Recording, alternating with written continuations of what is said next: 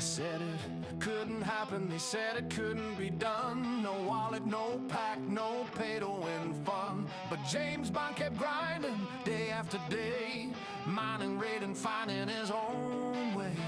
Scopely's temptation flashing on the screen, shiny packs and offers, but he kept his credits clean. No swipe, no spend, just patience and scale. Now he's at the top of the ops hill. I'm 73 to play, and there's nothing Scopely could do or say. From the first warp jump to the final tier, Bond's still standing loud and clear. I'm 70 can't be bought. Every level earned, every fight he fought.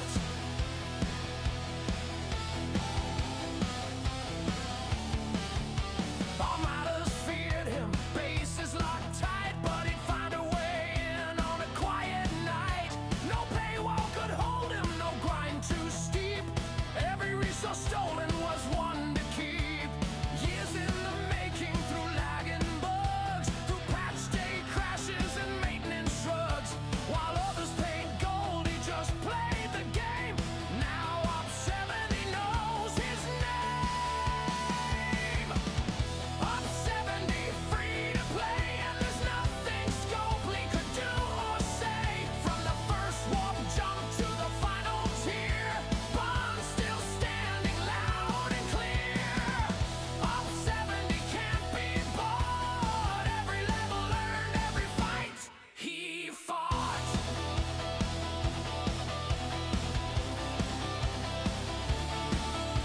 So raise your phasers and raise your glass to the F2P captains who'll never be passed. Scopely can sell, but they can't control the heart of a player with an unbought soul.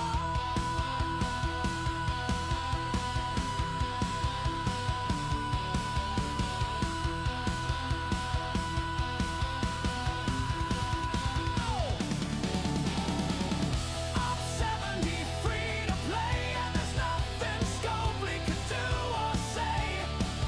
Server shouts his name today. James Bond, the F2P way. And yes, I'm still a furry, I just got to say.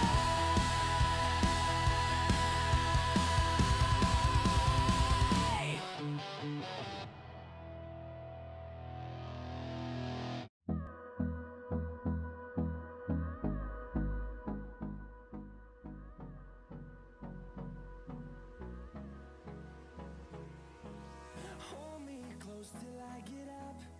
Hello, hello, hello. What's going on, people? What's up? Thank you for the bits out the gate. Barkman, thank you. Omega, thank you. SDFC Blitz, thank you for the follow. Yes, thank you for the follow. What's going on, ladies and gents? Are we excited? Happy Friday. The week is technically over. Technically over. Breaker, Risk Breaker, how you doing, Barkman? Glad to see you too. I can do this. Lord Hollywood, well, good morning-ish, and thank God it's Friday from sunny Sacramento. Oh, it's sunny today. It was rainy the other day. Well, glad to hear that. Glad to hear that. Hey, Lockdown, what's up with you? Doom, good afternoon. Erwin, you're not here? Well, you are here. Did you reach 71? I think you did. I think you did. Hey, we have HRM Moose in the house. What's up? MJ Hat, we have content creators here. Please give the people a shout out, and if not, I'll do it myself. What else is going on? Who else is here? Who else is here? We have Blitzwag. Thank you for the follow again. Jess is here. Tarpy is here. Professor Tarpy. Good to see you too. Tarpy, push 70. Push 71. I know you can do this. Oh, Office Roy, I missed you too. Thank you very much for that. Not. No, but seriously, thank you for the bits for scaring the poop out of me. Whoa, Ingrim, how you doing? Quasol, how you doing? Zero G's right now is on a random road trip, and I just caught his live stream IRL road trip just before I went on. Good luck, drive safe. Please drive safe. Don't let the jump scare and my enthusiasm scare you and make you do something crazy on the road, okay? Yeah, or when it wasn't you.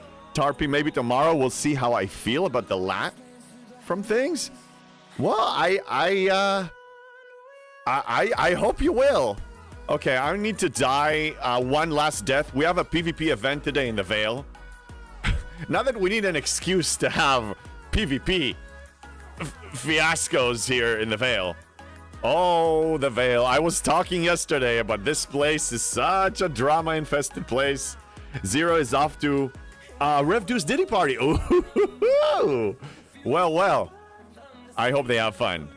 I hope they won't do something I wouldn't do. I hope they have a trial by combat. Just for the heck of it. Plastic swords. You know, plastic swords. Tarpy, I'll do more shoutouts when the cooldown hits. Yes? Okay, then. All right, then. Blitz, first-time chatter. Hello there, back to you. Drive-by, hey, JB, how's goes the grind? Just doing a drive-by and saying hi. Well, thank you for the drive-by and saying thanks for saying hi. I mean, I'm doing pretty well. I'm actually completing daily goals, believe it or not. I'm after this later today, I'm going to be recording the video. I already have the outline of everything. And I'm going to include the whole core of the video is to find a free-to-play crew with the limitations we have as free-to-play or very light spenders and low-tiered ships and not all the officers the way that, you know, other people have them and be able to kill 71 FKRs. I'm actually doing it. Now, again, I gave the warning yesterday. It's ugly. It's ugly. It's not a pretty picture, but you're able to kill them. It's not a bad thing. You're going to have to repair a lot, but it's not a bad thing. I can complete it. And look, I can start collecting the Sigma credits now. They raised it. I think it was low. I think it was like 45. Now it's like 225 each. This is awesome. Oh, this is great. And I'm, you know, mining over there too. I mean, hell, gotta do what you gotta do, man. You're 71 now, JB. You're 71. Have you shown how you are doing it yet? No, Jeff Games. What I want to create a video because not everybody can attend or watch the VODs because these are long live streams, and I want everybody to receive it at the same time. That's a decision I made. So I'm decided to make it in a video. Also, I haven't made videos in a while because I didn't really have a burning desire, but now I do. I'm back. Oh, baby, we're back. We're back. Yes, so it's going to be a video, and my goal is to release it before the end of the weekend or Monday at the latest. That's the goal. You're going to, guys, I said yesterday, you're going to be seeing more of me now. I am going to dive into this a lot more than before. Friday, Saturday, Sunday stay unchanged, but I will be throwing a lot more now. The game is exciting for me again. So I'm back. Erwin, educate me. Tal worked, right? There are some naysayers on my server. Tal works for the mission bosses. The mission boss crew, and I showed it. I'll show it again. I'll show it again. By the way, Jules, whenever he's ready, he's gonna jump in. Let me double check. He messaged me. He's on. Go ahead and trumping me on. Okay. Okay. Okay. Let me bring the man in because we got some stuff to do here. Yep. Okay. Let me adjust some things here, and let's bring the man in because we got stuff to discuss. JulesVern, try saying something. I'm here. How you doing? I am here too. Can you guys hear the man?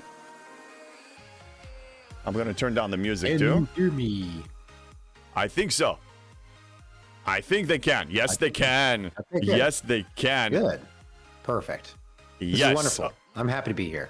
Okay, so just in case somebody does, everybody knows you. I mean, you're the math legend. You're the mad scientist. You're the most amazing Excel spreadsheet creator that I've ever known. Welcome in. How are you doing this Friday? I am doing great, and there is so much happening in the game right now. So many new things that people are playing with. It's been tough to kind of just keep on track of everything. Oh yeah, the grind is real. The excitement is real. Some broken things, but you know, honestly, I'm looking. There's a lot of positive for me. I've been enjoying myself. I've been playing a lot more, and I'm happy. So I hope you're feeling the same. I saw you also ops to 71 quickly. I did. I ops to 71 while watching you try to ops to 71, so it was fun. I bet you had an easier time though. Yeah. We're not in the same fail chat, are we? I don't think so. I heard somebody said that Griffin's server is on mine. I'm on server 51, so I don't have the groups in front of me right now. You're a different one. Well, you can just pull up your Veil chat. I'm also, I don't know if you're able to pull up my screen at all, my feed. So, yes, I mean, I can. I don't think you shared it yet, unless you change the settings. I did it through the stream together thing, but I think I could probably do it. Whatever we did last time is what I have set up. It's some Twitch URL that you shared with me, the Twitch source. Yep, that's what I got. It's active now. So okay. So how about send me the link again, and maybe something changed and I need to update that. Okay. I can do that. You guys forgive us for some technical stuff here. We didn't have a chance to test it before because we're busy playing the game. We're sorry that we're so busy playing the game. Let's see if that works. Okay, I'm gonna adjust the right thing to send you, or yes. Yeah, it's the same thing. And let me see. Oh, I need to adjust something because now it's too big that we can't see anybody. Yeah, there you go. So there's my screen. There's my chat. Yeah. Oh no. Okay. No, What it's fine. happened? It's fine. No, we're good. I mean, well, something on your end, but I'm receiving your feed now. I am absolutely receiving your feed. All right. Yeah. So then I'll fix my feed just in case we do need to switch in between. You'll have that as an option. Looks like my stream together died, so I'll fix that real quick. Oh no. Don't kill these things. It happens. Yeah. It's just a thing that happens, all right? I know. It's going to happen. Stuff like this is going to happen. Okay. We can see your feed now. And I can actually rotate between our feeds. So we're just going to do it that way. Okay. There you go. Look at we got Veil chats and we're not in the same Veil chat. Sad day. Yeah, we're definitely not in the same Veil chat. That's unfortunate. That is unfortunate.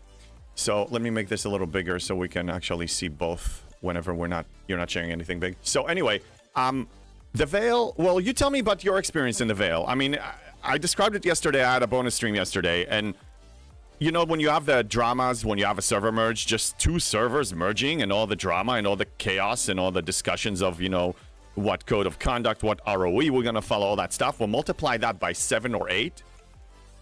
And plus all the people, you know, some whales are feeling very entitled and bossy. And there you go. It's like a whole melting pot of drama, which is fun. But how are you doing with your Veil? Because mine is pretty crazy. I mean, our Veil chat's been pretty nice. I think there's a lot of initial excitement over it, and just people being like, "Oh my gosh, I can't believe I can talk to you. Hey, I know you from that show, or I know you from that chat." We haven't seen a lot of saltiness. Haven't seen a lot of what the toxicity of Galaxy chat used to be. I think the weird thing about this, and this is sort of what you could also call like the VIP Discord filter, is that we're missing a lot of those players who join and within a couple of days are able to chat, or they can create a secondary account and then transfer over into your server just become a nuisance. And I think that is a lot of the toxicity that I did not like about Galaxy Chat. And you can see in my screen, I actually still have Galaxy Chat disabled because I'm just not interested in Galaxy Chat anymore. Yeah, but me neither. This one being a little bit more tailored to not just like the players in the game that are at a similar level to me, but also tailored to prevent a lot of those, I would say, trolls or whatever, from being able to enter into these chats easy and anonymously. These are players that have been around for a while, players that can be easily found on Discord. So there's less of that what I would say is just trolling. Now, of course, there's going to be salty people. There's going to be people who are going to be mad because they got their miner blown up or whatever is the reason. But that is normal chat. That's just anything. That's even your alliances can have that. So that's why I still think this is a really cool feature. Right. No, it is definitely a cool feature. I mean, I like one of the biggest excitement I have during incursions is that you get to interact with people that you don't normally get to interact with, and chat with them and get to know them, and make some friends that way, and then you join, add each other on Discord and stuff. This is that and then some. I guess I come from a server that we all, like, nobody cries. For the most part, we don't have anybody crying for OPC. If you're 0 OPC, nobody complains. It's just repair and send back. It's just that simple. But, you know, you have people with different servers, different backgrounds, different preferences. It's interesting. No, I'm having a lot of fun with this. I'm spending most of my time in the Veil. I mean, the daily goals are pretty, especially at the beginning for me. I can kill a hostile 171 FKR hostile by myself now, believe it or not. I found a crew. I'm going to create a video this weekend. So I'm spending a lot of time there. I basically need to kill 75 hostiles. 75 trips is what I have to run. 25, 25, and 25. That's a lot. And then at the same time, I'm mining. So most of my time is in the Veil. I don't have time for much else. So that's interesting. So, question for you. You're doing 75, 75, 75. No, 25, 25, 25. Why 25, 25, 25? 25 Romulan FKRs, 25 Klingon, 25 Federation. That completes all the 350 missions that I have, the daily goals. I guess my question is, why are you completing all of those? We can get right into faction expansion here and our faction strategies. This is kind of one of our points that we kind of like had pre-talked about bringing up. So I guess I'm curious, why are you choosing to do all 3 faction dailies? Oh, because the faction credits is what I want. I'm not worried about the reputation yet. If you're referring to like try to push a certain reputation, well, I'm not taking that route. I chose not to. Okay. It will take me time before I reach Shipyard 73 or even Shipyard 71. It's a gamble that I have. I'm going for all 3 right now. I have. Here's how I assess the situation. Okay. Okay. I have 7 Selkies now. I built the 7th. It's about time. Built the 7th Selkie. And they're all mining. I can actually refine the 3 chests and some 4 chests for the ore. Let me show you. My stash is 23 million, 12 million, and 26 million for ore. And I'm just focusing on max refining and pushing. When it's time for me to build something, I mean, really, the next thing that is super important for me right now is the 73 uncommon. And by then, I will probably make a plan on pushing reputation. Well, you tell me, because it looks like even now, looking at the hostiles, they don't really give that much reputation. So what's your strategy for pushing reputation up from 500 billion to 9 trillion? All right, well, I'm going to have to either switch my screen or just kind of verbally tell you some of this information. So I've got a faction rep calculator, which I'm still working on updating. It doesn't have all of the correct values right now, so I'm not really going to broadly give out a link. But let me see if I can switch what I'm actually looking at here. Let's do new scene. So yeah, some people say in the chat that, you know, rep grind is going to be an issue for me. And I do recognize that that's a risk I took. But again, we're only a few days into it. I'm not married to my decision. I can still make a change if I choose. But yeah, I'd like to know of a viable strategy. I'm going to switch fully to your screen right now so we can see. Okay. Unless you're not ready yet. I'm not ready yet. I need to figure out how to just grab this one window. Lockdown says, Scopley figured out how to screw the free-to-play. Well, they can try, but creative thinking is going to beat them, as we proven before. Okay, we're switching to you now. Okay, so window capture, I'll zoom in just a little bit here. So this is just a real quick rep gain and loss from hostiles. I'm looking at 50, and I've just put in the Federation. I don't have all of them in there, which is another reason why. But if we're doing 50, right, because you have to kill 50 of these a day, or for you, you're doing, well, let's just pretend you're doing one faction, okay? And you're going to complete all 50 in order to boost your Romulan reputation the most. Yes. Currently, I can get roughly 6,000. Now that requires lots of research maxed. That requires, and right now I currently have the Dauntless doing this, which is not true. So I'm going to go ahead and get rid of that. And I love your using spreadsheets, man. Crews, which also is not true because I currently can't use loot crews against these. And I don't know if anyone's really going to be able to use loot crews against these very often. So I'm just going to go ahead and get rid of all of the loot crews. And I also put an EXO on, which is not really going to run all the time. Okay, so I'm going to go turn all of those off. So I'm getting around 3,000. So per trip up there, doing 50 hostiles will net me around 4 billion rep. That's it. Right, so that's not like a ton, but that's 4 billion rep a day, and that's a nice little added bonus to the 126 billion rep you're going to gain from completing all 4 of that factions daily. So grinding the hostiles certainly isn't going to net you all of the rep you need. Now, I was doing the comparison between this and what my mirror runs are going to be, and we can talk about that in a second. Of course, there's no level 71 mirrors. So when you say per trip, you mean per haul you're getting that amount, or just completing the daily of killing the hostiles? Why are you not popping up? There we go. Can you repeat that one more time? I was yeah, no, it's okay. When you say per trip, is this per haul or per completing the daily hostile goal for the day? Completing the daily. Now, I put 71 as the hostile level, and I can complete that in one hole. I'm currently hitting 72s instead, but it's taking me a couple of holes. Yeah. But I am trying to map out and see where there may be chest contents and see if there's any value in hitting the 72s more regularly than 71s.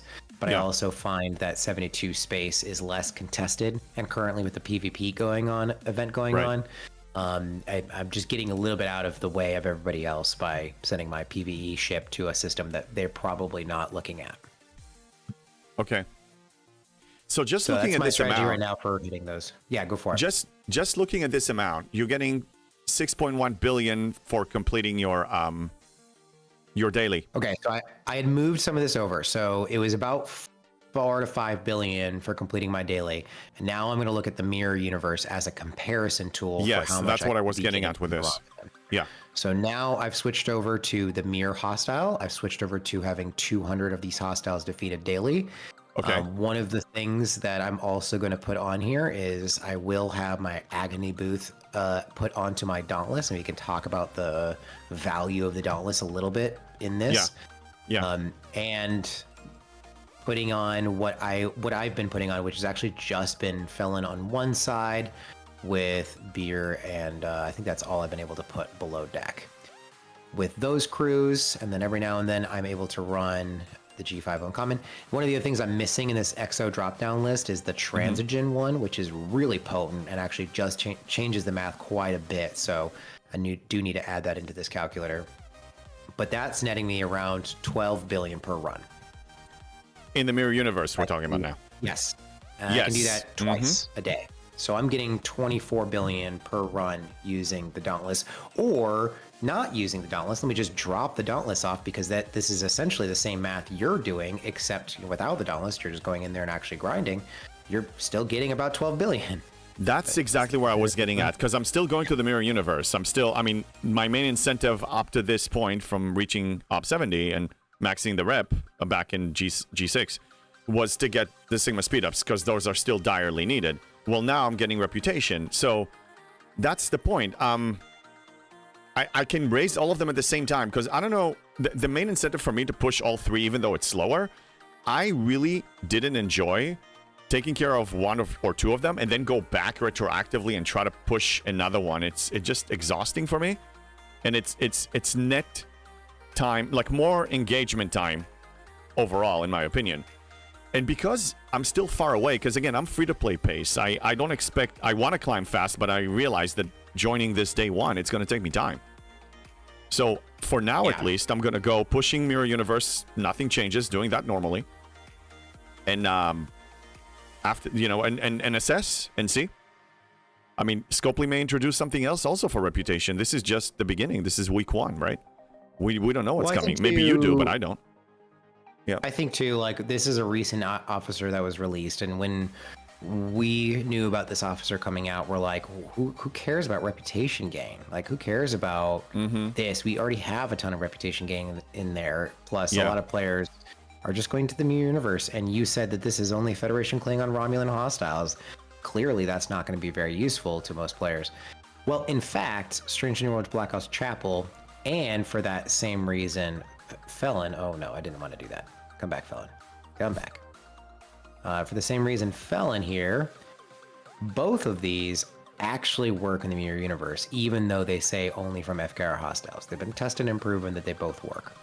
Yes. So Strange New Worlds Black Ops Chapel, especially in conjunction with having a Strange New Worlds officer, this is actually a very potent setup here. Oh yeah, it adds up. It's very potent in the mirror universe. Yeah. So there's definitely reason to have that, and it's almost like Strange New Worlds Black Ops Chapel was actually kind of built for the Dauntless, since the Dauntless, its main purpose is the mirror universe grind. Yes. And doing more to shields is actually really useful for the Dauntless itself. However, this is limited sourcing, so not a lot of players are going to have this officer at a high enough tier to see value out of it. Yeah. Yeah, but all of it adds up, and when you kill 200 hostiles in a run, and you add this bonus, well, it does add up. Again, nickels and dimes. We know how this works. But it just seems very overwhelming. 500 billion to 9 trillion in the mirror universe. It's scary just to think about it. It is. I mean, how scary. So let's do some math here. All right. So we're looking at 126, and let me save this up, or you can, if you wanted to pull this up on your screen, take a look at the actual rewards, the amounts that you're getting from your dailies. Okay. So from the big daily, take a look at the rep from the big daily alone, just one of them. 42. Now, if you're going 2 factions, then that's 21, right? Because you're going to be losing half. Sure. But 42 for each of the big dailies. So that's a total of 84. You're going to complete your 2 smaller dailies, which are going to give you another 42 for 126 billion primary rep.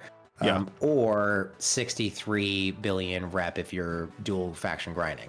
So let's single source it, 126 billion. Now, what do you think, the cumulative of all of the other clicky things that you can actually accumulate reputation from, right? We're talking about DTI pulls. We're talking about the reputation spend event, which is still currently, locked at hero level for us right now, which is actually only giving us about 1 billion rep in a day.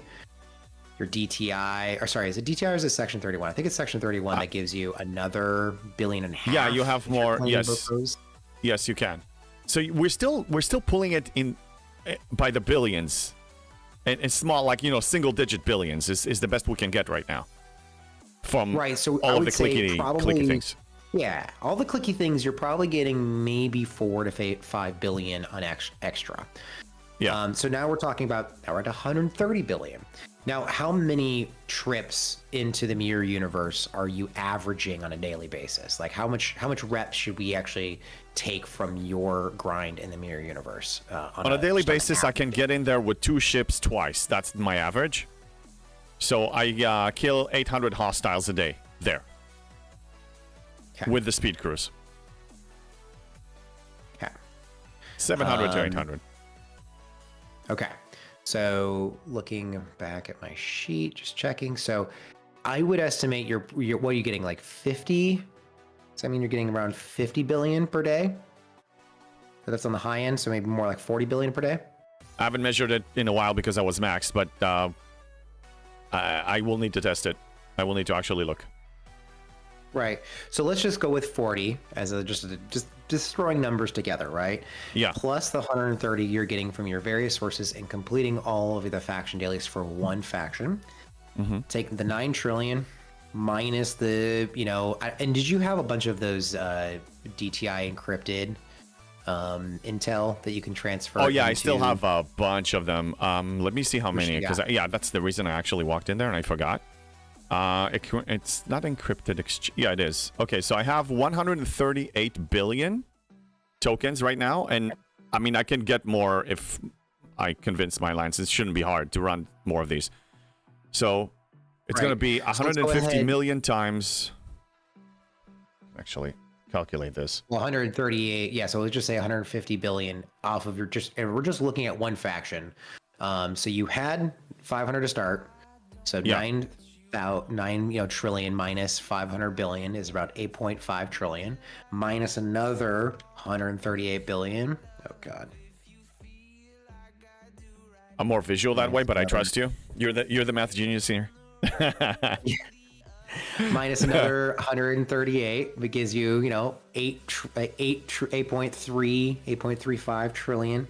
Now divide that by the 170 you're getting per day. You will get to 9 trillion in about 50 days. Doing it my way?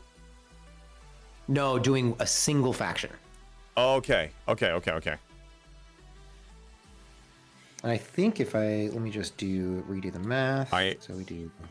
What if I do choose to go crazy and go slower, but go for all 3 factions? What happens then? Like, how much time will it take me 362 divided to get the by 9 trillion? It's really the only thing you're getting are your drips, including the Section 31. All of the spend dailies kind of cancel each other out, so you can't really include that. So you're really only getting 1.5 billion from that, and then the 40 billion, the mirror universe, you're getting every day. So if we take the 8.362 trillion divided by 41.5, that's not right at all. That's not right. Do you want to show it on your screen, the math, so people can follow? Because I think some of them are lost. Sorry? Yes. I'm just doing it on a calculator, but I can see if I can try to add that source. DOS, it may not take me 4 years, okay? Again, we're assessing here. We want to make an informed decision.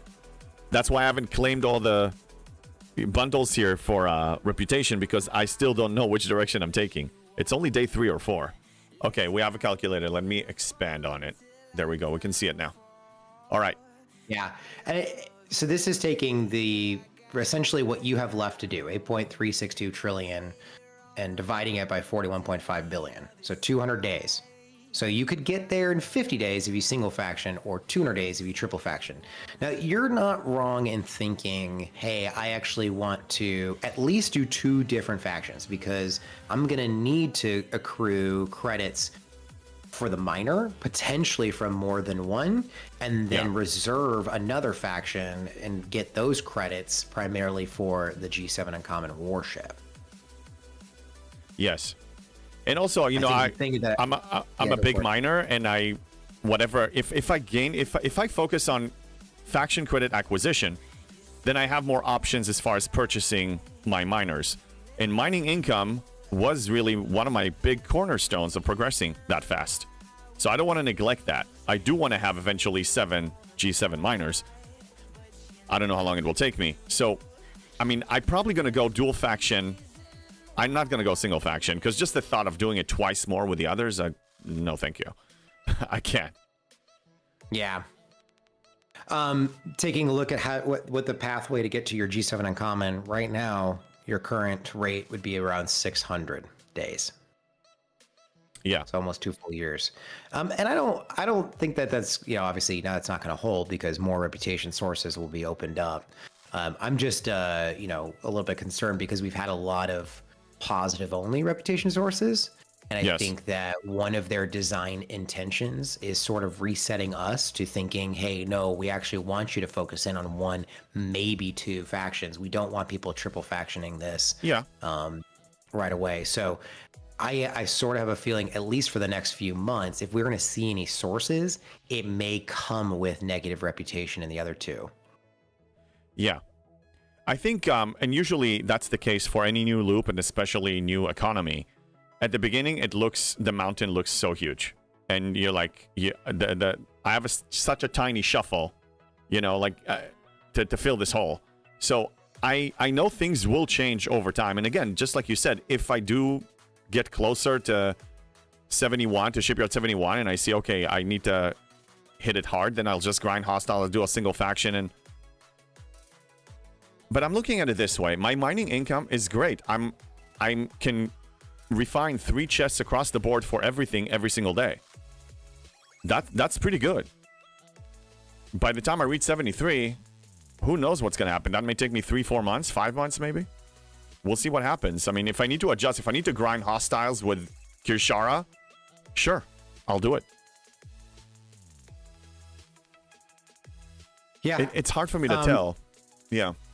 Yeah, no, I agree, and I think it is going to be hard to tell. I think right now, for players who are looking to expand quickly or progress through G7 at more of an accelerated rate, we may see players choosing one faction over the other. And I, in particular, am choosing one faction. Yes. Mainly because I don't really have a full picture of the credit economy. I don't know how long it's going to take me to earn the amount of credits that we're going to need for some of these ships. So it's hard for me to kind of make that math. But what is easy for me to do right now is just choose to claim only one at a time. So, Yes. and it may be the fact that currently I'm going Romulan. It may be the fact that I get to 9 trillion, build the miner with Romulan credits, and then choose a different faction and restart after 9 trillion. That's the thing. I mean, yeah, But the difference for trying me to is avoid it's it. 50 days. It's 50 days to the G7 miner, not 200 days to the G7 miner. Right. And I don't know how hard, and it's 50 days. If I reset, then it's another 50 days and I'm back at the 9 trillion. So in the end, have I lost any time? No. I think the big question is what you're pointing out is the faction credits that are available in those daily goals. Yeah. I would be one thing I can tell you, 150 per day. Yeah. well, you're missing out on more because if you're choosing one faction, then you're neglecting the other two. So you're not collecting them for 50 days. Then when you switch to another one, then you're neglecting two. So you're only getting a third of what you can totally get, like net gain from all the faction credits available, which is not a bad thing if you have a plan, obviously. But I can tell you that going for always 2 factions or 3 factions, I was drowning in currencies and I had serious wealth. Now, I know reputation is an issue here. I recognize that, but also I know that it can't stay like that forever. It never did. I know that the board will change. Scopely will change the board in whatever way they seem that is going to be helpful for players. It's going to take time. But I'm not in a rush because really, I wanted to have the G7 miner, and I'm looking at it now on my screen. Mining bonus that it gives you, it says 1473 out the gate. And let's look at one of my Selkies real quick.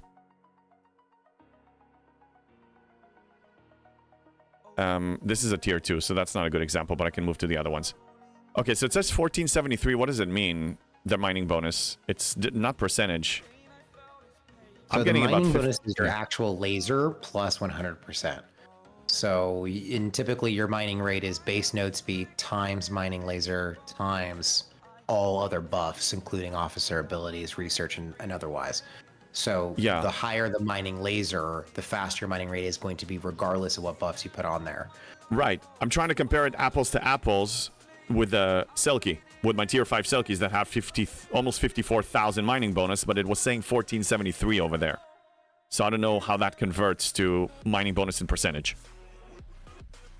Because I want to see if it's even a worthy goal for me to pursue it.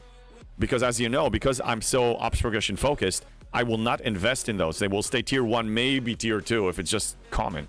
What are you looking at? Where are you looking at this? The Aphelion?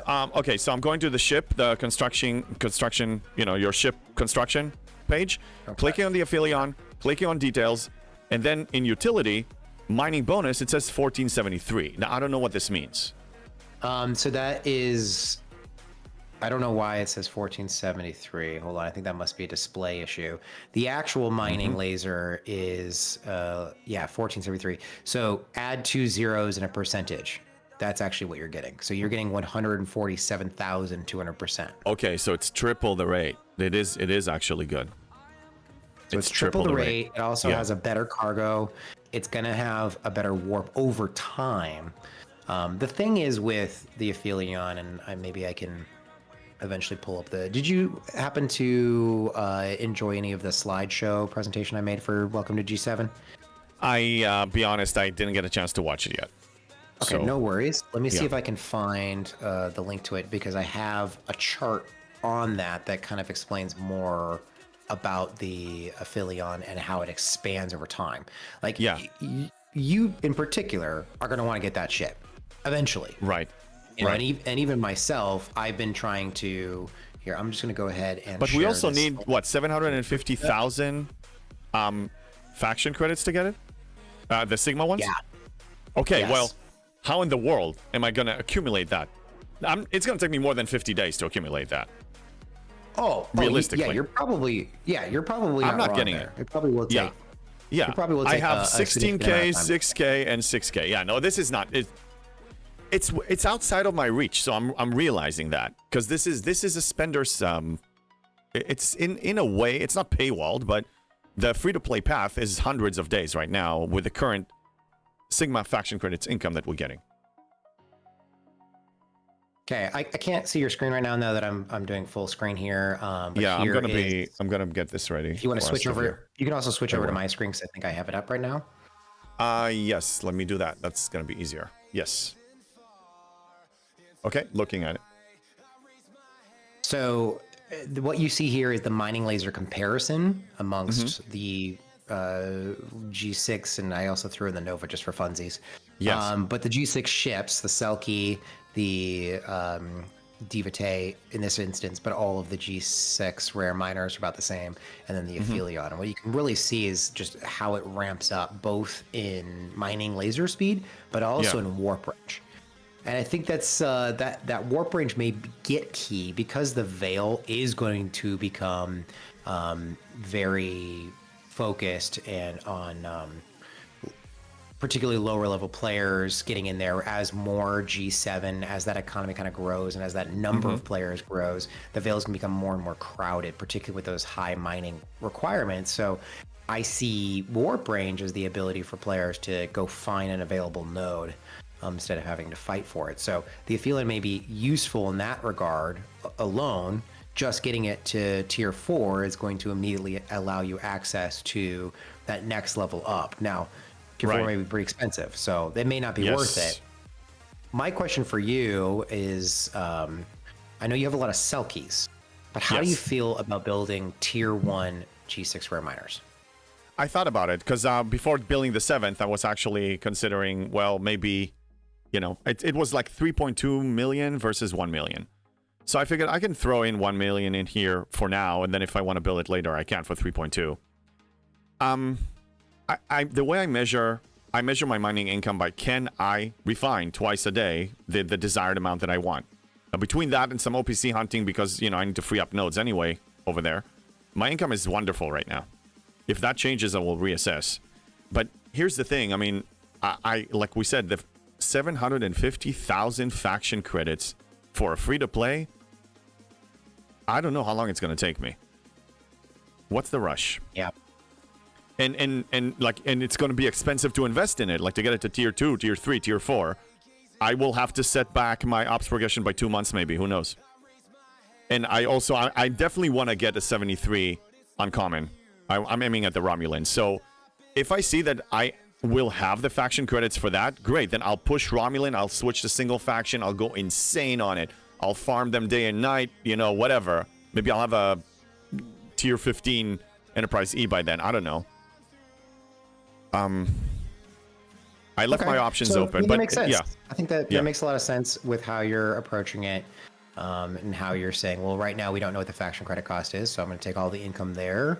I know what my reputation gain is, so I can do the math when I know all of the other factors. That makes a lot of sense. Yeah, and again, I always make adjustments if I need to, so I check it, like, you know, several times a week, and I plan. And if I see, hey, I will have the faction credits to get the ship that I want, but that means that I need to increase my reputation, then I will switch gears and go single faction if I have to.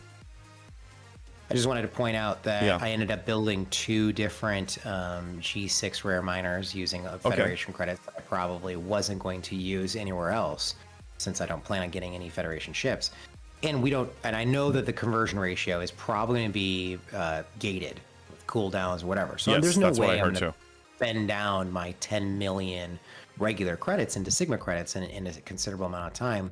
Considering our current regular credit income, I wasn't really concerned. So I decided to spend my faction credits on 2 different rare miners. I got 2 brand new rare miners here.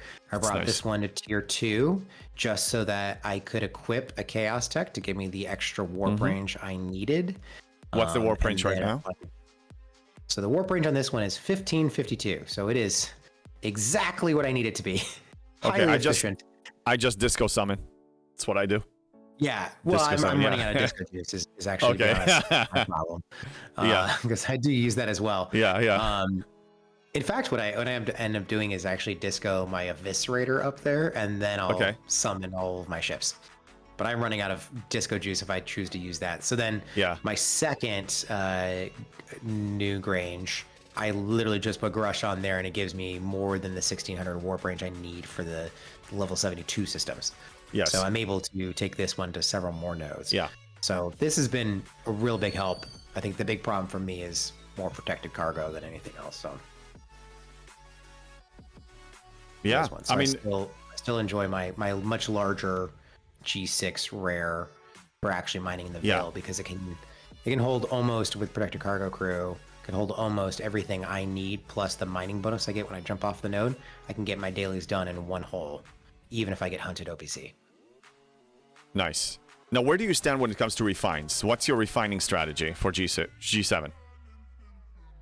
I'm starting low. I'm getting enough that I could probably do regular 3 chests, but I'm also going to reduce my playtime a lot in the next few weeks as I load in our next big production. So Okay. I'm probably just going to do the lowest option here, which is the 2 chest option. Boom, done. Yeah. Okay. Totally cool. Now, you are a light spender, right? I think like about 100 a month or so, something like that. So you do get a little bit Yes. of, you get a lot of extra from packs, which is helpful. Yeah, and I knew this expansion was coming. I was excited to play in it, and Yeah. I probably overvalued the Dauntless in my head ahead of time. I knew I was going to Yeah. spend a little bit more of my budget this month than any other month. So I ended Yes. up taking the Dauntless up to tier 7, which cost $400. And I don't necessarily know if that was 100% worth the investment time I put into that. Okay. I am getting more rep per run because it can last longer. And I'm going to be honest with you, I was not doing mirror universe grinds. Right now, it's currently okay. sitting, while we were talking, it's been sitting in mirror universe grinding me rep. Yes. So this is something How many that kills I would do not you done. get per run with it, though? Like, how many kills total? That's really, I know it's engagement free. Roughly 150. 150. Okay. So, 150 and to you're 68, using- so it's not as powerful. I can only get about 20 or 30 of the 70s. Yeah. I think what I've been hearing is like tier 10, you can get a lot more of the 70s. And as you tier up even past that, you can start using different crews to maximize your rep gain or maximize how many hostiles you're hitting or even the speed in between hostiles. But right now, I need to have a little bit of survivability just to get Yes. through the ones I Right. can hit. Right. No, I mean, it's great. I mean, we were all dreaming of a time that we just throw in the ship in there and we don't need to engage at all. It's one ship, though. That's the one thing. I know it's like set it and forget it, but it's one ship. That's the only unfortunate thing. Like, imagine if we had it on 2, 3, 4 ships. That would be really nice.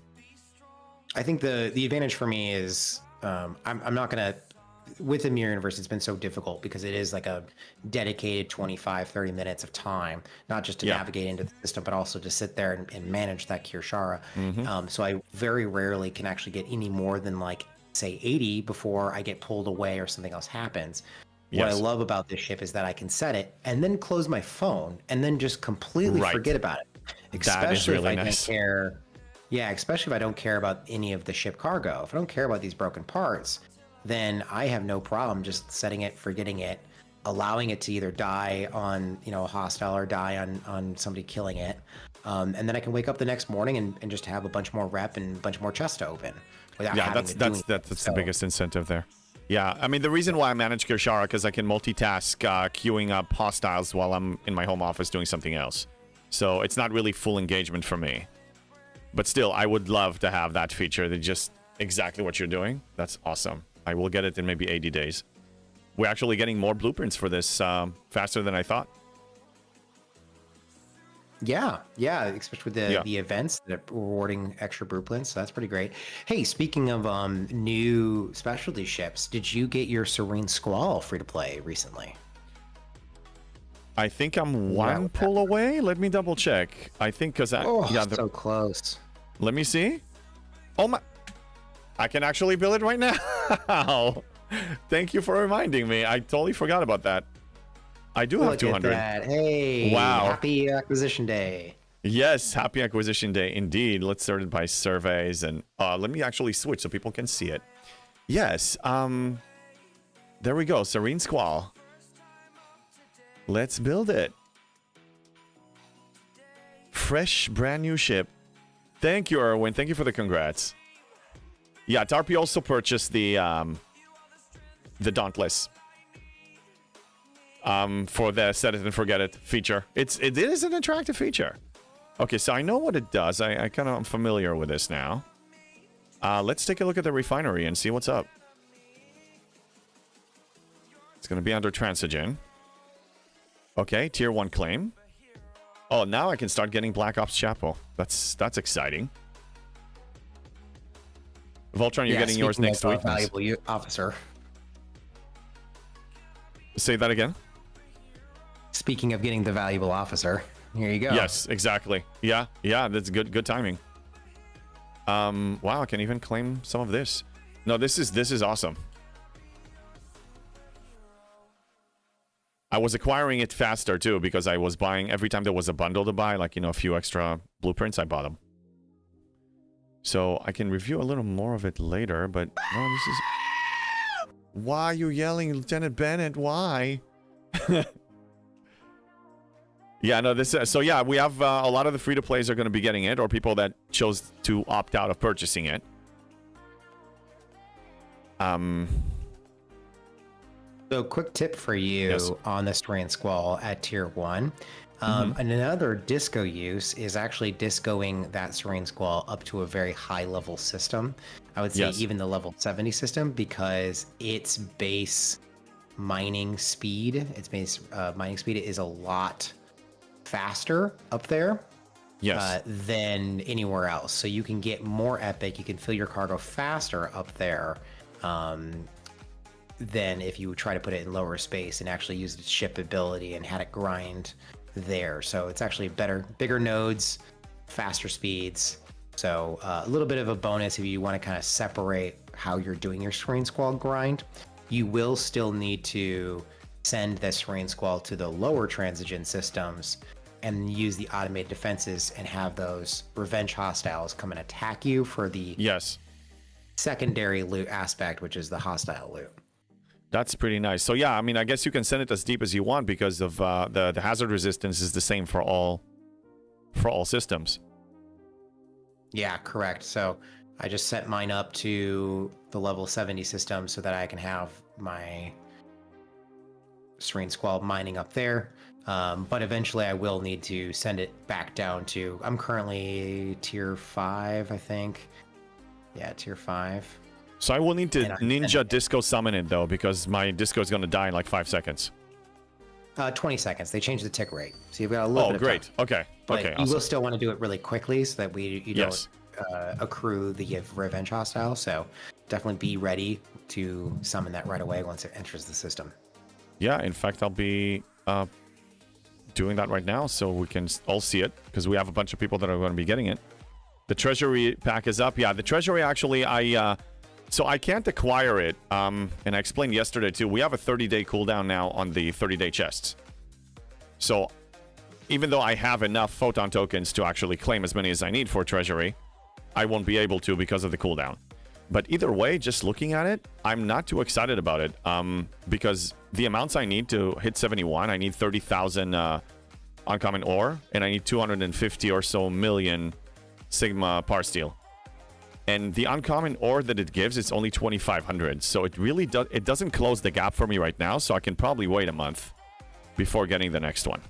So either way, if I had the shards, I would opt out anyway on this one. I think that's fair. I think they have not really scaled the packs a crazy amount, especially with legacy materials. We're not seeing a large increase in the legacy materials being offered in here like we have in other jumps in generations. But I think that's just early economy and they may adjust. But to be honest, it is still 7 million Sigma Par Steel plus another 7 million tokens. So the 14 million for that is still very attractive to me. So I probably will be opening this treasury. Nice. Well, yeah, absolutely. Okay, so I actually just summoned it in. I don't know if you can see it, but I summoned it into the highest, the deepest system. And it looks like it's going to fill... Well, its cargo is actually very low. Yeah, so starting off, the cargo is going to be pretty low. I mean, it never really gets, like, super exciting.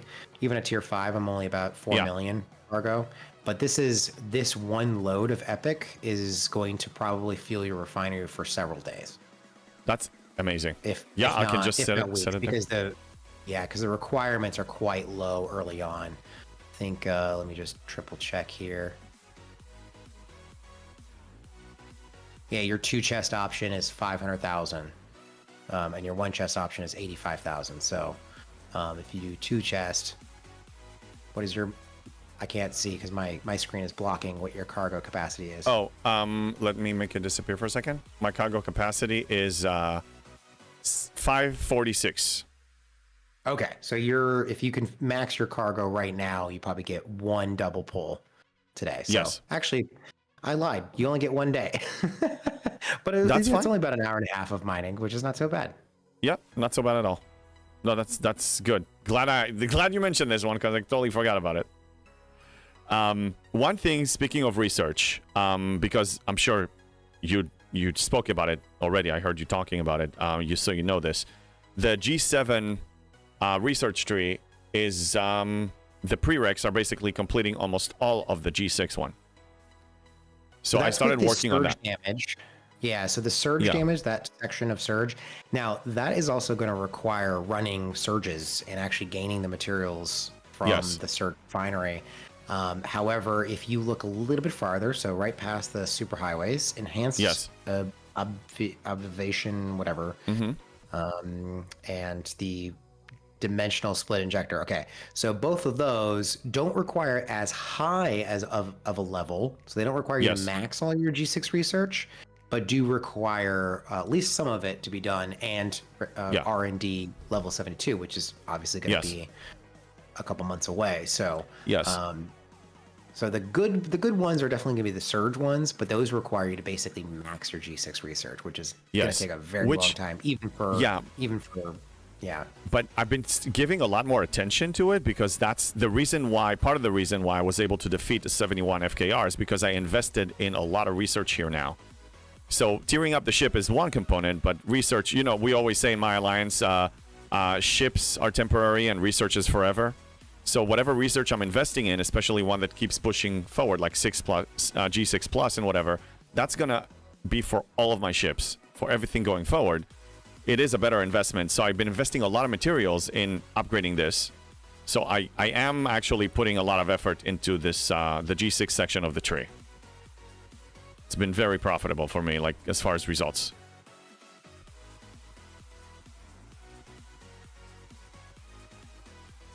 Yeah, quite a bit there. And it also gets really expensive in rare materials too. So I've been kind of pushing through that research as I can, but it's too expensive for my blood right now to kind of get to the point where I can start hitting those surge research nodes. So it'll be some time. Yes.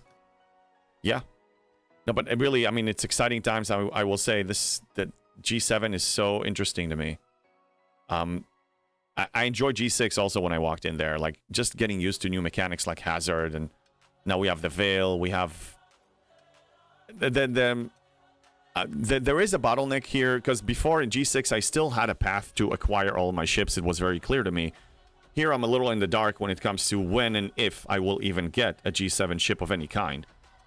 Simply because of the Sigma speed up slow drip that is just not enough to reach the amounts that we need. Yeah. So I'm already thinking about ways of working around it. It's not going to be as effective as obviously obtaining G7 ships, but I will find a way. I always do.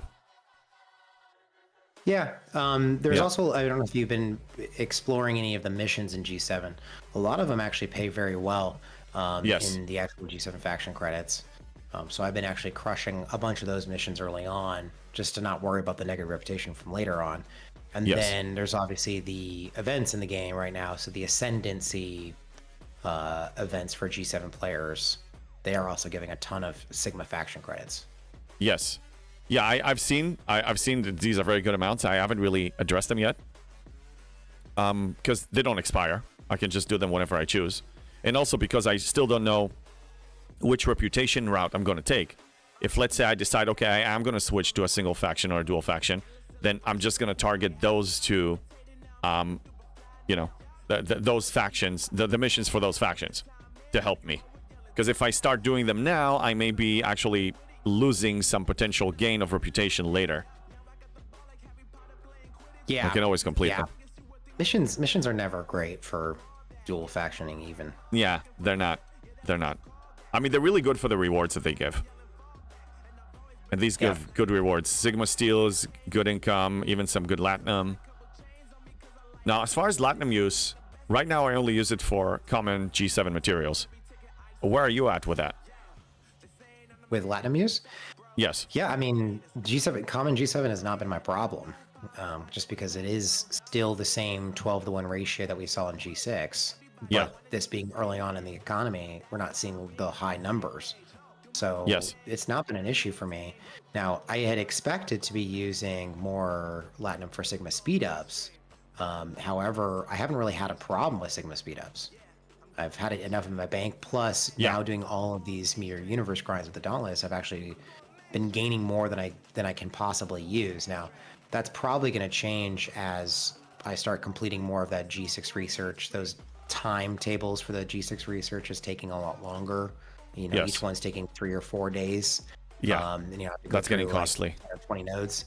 So even if I have the materials, it's starting to get costly in Sigma speedups. But with the buildings, like I'm stuck on buildings because I need, what is this one? Just to get to the R&D 71, I need 40 million of the Sigma Power Steel still. Yeah, the amounts are crazy. I need 44 million for my academy. Power Steel is real. I mean, the need for Power Steel, obviously for choices, I'm going to go pure ore and steel. Every choice now is ore and steel, no question. But like even this conversion, which is hundreds of thousands, is still like only a couple million. Exactly. Yeah, that's not hard. Yeah. There's missions that pay more than that. That's not a problem at all. Yeah. No, that's nothing. So what I do, I was sharing earlier, let me switch back to mine. I have enough Sigma speed-ups without even taking into account Alliance helps to complete all the way to Op 72. So that's taken care of. So now what I'm doing is I'm still going to the Mirror Universe, and whatever I gain from there is going towards some G6 research. A little bit, because I know that we're going to need a lot more to 73. I mean, it's only going to grow. I think last I looked, I'm short 5 years worth of Sigma speed-ups. God help us. It's crazy. 73? Yeah, I mean, somebody dared me to actually look at it yesterday, and I did, and I mean, let me show you now. I mean, 5 years and 75 days short is where I'm at. You need a total of almost 7 years. But that's not the issue. I don't think that's the issue. You already have 2 years on hand. Look at the Sigma Power Steel needed. Yeah, 2 billion. Yeah. What's all of it together? I mean, you need to think about all of them. Yeah, so I have no idea where we're going to get this. Common, and I'm no longer concerned about Sigma speedups anymore. Now I'm like, whoa, I got to go back and rethink where all of my Sigma resources are coming from. It's everything. I mean, look at the amount of uncommon. You need hundreds of thousands of each. What the hell? Like, what are we going to do? That's why I think that right now, again, it's always like that. You see, it's like you have a tiny shovel and a giant pit, and like you don't know where to begin. But it's not gonna. We're gonna get a bigger shovel. I know it. Yeah. One day. Yeah. One day we'll get a bigger shovel. Unless you buy it now. Oh, yeah, that's worthy of a scream right there. Yeah, I mean, I think that the Sigma resources, I think just because we knew what that economy was like, we knew what that rate was like, it's hard to see that 2 billion number and not be scared. I'm less scared about the G7 materials because this is a new, it's a new economy for 7-star material. So we would always expect there to be a different acquisition rate. It's going to be low. Hold on a second. Sorry. Somebody had a voice redeem and it took over. Repeat what you said, please. Just that a 7-star, economy is brand new. We expect Yeah. it to be very low, not paying very much, and requiring lots of time to get through this content. We Yes. expect that whenever there's a generational release, and just look forward to what those income increases are going to come from, whether that is new specialty ship refinery, new building refinery, whatever that means. We'll see how that shows up in future content. Yes. Yeah. Ingram, thank you for the hydrate. My heart rate is, by the way, still up. So those of you who are concerned, I'm still alive. No, I'm really, it's exciting time. Like I love solving puzzles. I love progressing. Now I'm getting both. It's excellent. So no FOMO here. Yeah, and I do really enjoy that there is like new things to happen in the game, new things to explore, new spaces, new content, new hostiles, new missions, New crews that you need to figure out. That's exciting. Oh yeah, and the fact that like while we've come up with some very hard data, we've come up with some crews. That's not going to be the end of us though. Like we're going to still tinker. We're still going to find new crews that work even better than that. And it's been interesting to see how even just Seska and Suitor, the tiers of those officers really change what the crew means. Yeah. So one thing I did immediately, because I saw the power of Suitor, I acquired him right away. I got all the shards that I could get from the augment store, and then I completed it with Officer Depot tokens and tiered him up all the way to 5. Got that right away, because, I mean, he's rare. You don't need that many shards. It's pretty quick, and he's very, very important for the G7 FKRs. Yeah. And great sourcing. Did you see the improvement to Seska sourcing? Yes, I did. I actually, so I claimed it one at a time. Yeah, before the tax. I did like 2 days ago. So yeah, they removed the tax now, so you can do it 3 at a time. Right? Let me switch to your screen since you're already there. It is. I will be able to max Seska whenever I decide to start pulling this. I got plenty of shards. I got 107,000. Awesome. Yeah. I need to actually go do some Krenim and get this moving. I was neglecting it a little bit because Seska wasn't really needed for me in G6. So mine is a tier 3, and need some love to get her to tier 4. But yeah, yours is almost max. That's really exciting. It's really gonna help you. Hasn't really been necessary, but I think that once I do actually start maxing her, and then I can start using my other boosts to see what it's like against the 73s, because I think that's my next big challenge. Oh, yes. Great. Oh, great. Ship stuck in warp. Oh, no. Reboot the game. New bug. Bug. Yeah, so speaking of bugs... It's going to get killed. It's going to get killed because there's Revenge Host. Come on. Oh, man. Okay. Speaking of bugs, I'm assuming you're a pretty organized guy. You have a running list of things that still need work. I made my own list. I don't know if you want to touch base on those a little bit. I mean, I know some things are known issues, some may not be known issues. I don't have an actual list in front of me right now because that was the last thing on my radar when generating a bunch of new content. Let's go through your list, and maybe I can give you some updates. Okay, so the obvious ones in the Veil, we have 0 nodes that are bugged. Some nodes, you click on them and either you cannot hit the target, you can't even scan the target. And also, if you click on them, it actually boots you out of system view. Throws you into galaxy view as if you're not there. I don't know if you noticed these. What we've been told is that this is due to basically the regional space and how it is functioning with ghost ships or ships that don't exist there. Yes. So it's one of those things where running a script would actually try to clear those hostiles, and they have reportedly run that script several times. Mm-hmm. Oh, great! My revenge hostile hasn't killed me yet. Great. Okay. They've apparently run that script several times in order to kind of clear out these empty nodes, but they continue to happen.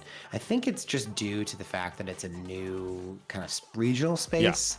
And they're kind of just figuring out how that works across servers in server instances. So these ghost ships are going to continue to happen. One of the are you watching my screen? What just small, happened? but I can expand it. What happened there? I don't know. There's another bug. Another bug. I just only used the switched. card maneuver, and then Yeah. it went to my destination where my ship was going to go, and then it attacked me. It initiated a battle from like a distance. What just Yay, happened? new bugs! Yay, new bugs! We have more. Just want to finish the mission. Oh no. I just want to finish the event. Yeah. So all right, anyway, I understand that it's a fix. yeah, but the thing is They where do it a comes into background play, because the Veil, as you know, at least the warp range that most people with their miners, their 68 miners, can reach. No, not many people have the G7 miner. We have limited amount of systems and limited amount of nodes. So some of them are foobarred, and you have 15 servers in there. The fight for an available node is real. It's aggressive. It's like back to like G2, G3 days when the game was new. And it's very challenging for a lot of people. And I think that's part of why the drama is happening, because people are very, there's like a sense of, what's that word? The opposite of abundance. Forgot the word. You know what I'm saying. Right, scarcity. Yeah, scarcity, exactly. So there's this serious scarcity now with mining nodes, and it adds to the stress. So I don't know if Scopely, Scopely probably realizes that more and more people are going to be pushing into G7, especially now that we showed them that doesn't matter if you're free to play or a spender, you can reach it if you want to. More will come. What do we do? Just answering a question in the chat. Somebody asked when the Seska one-time bundles show up. It's every odd number tiered. You get the bonus Seska shards of 40. Right, yes. So yeah, so that's one of them. Also, some people tell me that sometimes they see me targeting them when I don't. Like when I just try to head to a node and I'm targeting and clicking on mine, it seems like my miner is going to attack them. Something that I heard multiple times. Well, yeah, I get a lot of scans unknown whenever I'm trying to use any ship, and I'm getting more problems on the iOS client. So I think this is just how the client is reading the server instance. From what I can tell in the back end, they can run a script to kind of clear out that error. What has inadvertently happened is yet another bug, which I'm not sure you've experienced yet. Have you had a ship being auto-recalled from the Veil space? It happened a couple of times, but very little. So I didn't really make a big deal out of it. But this has not been proven, but our theory is every time they run the script, sometimes that's when your ship is actually getting booted. Now, this can happen with a miner, and you go home with 0 things mined. This could happen with a hostile, or with your ship. If you're grinding hostiles, you go home, your ship is completely repaired for free, back in dock, no problem, but with 0 loot gained. Okay, so it sounds like it completely erases whatever activity it was doing there. That's why you're not getting anything docked. That's what it sounds like. Right, and we just don't know why that's happening, and it is rare. There's not like a specific way of doing that, but I have found it's definitely after larger gaps of time when I'm walking away from the game and I've left a ship there or something, and I come back and it's reappeared. That's usually when I've had some issues. So yeah, some recalls. We also ran a surge with our group yesterday, and one of my alliance mates reported having 2 of his ships being auto recalled in the middle of the surge. Oh which God, is that sucks. obviously not useful because it's a token system. That's right. Yeah. So they were not able to complete the surge or help with the surge or really get any good score because they were immediately recalled from the system. Yeah. Oh, another bug, which you can see here on my screen, tracking issues. Switching. The cube tracking issue is back. Wonderful. Well, I mean, just zoom out and just get out of the galaxy view and get back in. That's the way we fixed it usually. But yeah, it is back. Yeah. But the problem is with this one is that it's happening in the surge systems, which is Yeah. one of the new mechanics in which you really want to be active in a system. You want a bunch of people to be active in the system. You want everybody running impulse crew. So you basically want to set up the conditions to properly have this tracking bug on a regular basis. You know what I mean? So it's not like you want to be popping out of Galaxy View. Plus, you cannot queue hostiles with the Kirshara, meaning you can't just like set them and then go mess around but still be productive. Yeah. And Kishara also drops hostiles from the queue. I mean, that's something that has been, and I think the last few weeks has been getting worse for me at least. Sometimes it happens when you just leave the system view, but now even when I'm in the same system, Yep, it literally just happened. I came back in from choosing a speed up. It just immediately said, nope, not doing that one. Yeah. It used to be pretty flawless. There were just some very few predictable things that were breaking it, and I was able to work around them. Like if, you know, if something despawns, if a hostile despawns, sometimes it was making you freeze. So then I was just looking at their vectors. I was targeting ones that are far away from spawning point to avoid that. So, but now it's so random, it's unreliable. And in a situation where you have, well, waves are pretty easy now, but yeah, like to running the new content now in G7 when it's gated, you can't afford having something like this. This can cost you serious rewards.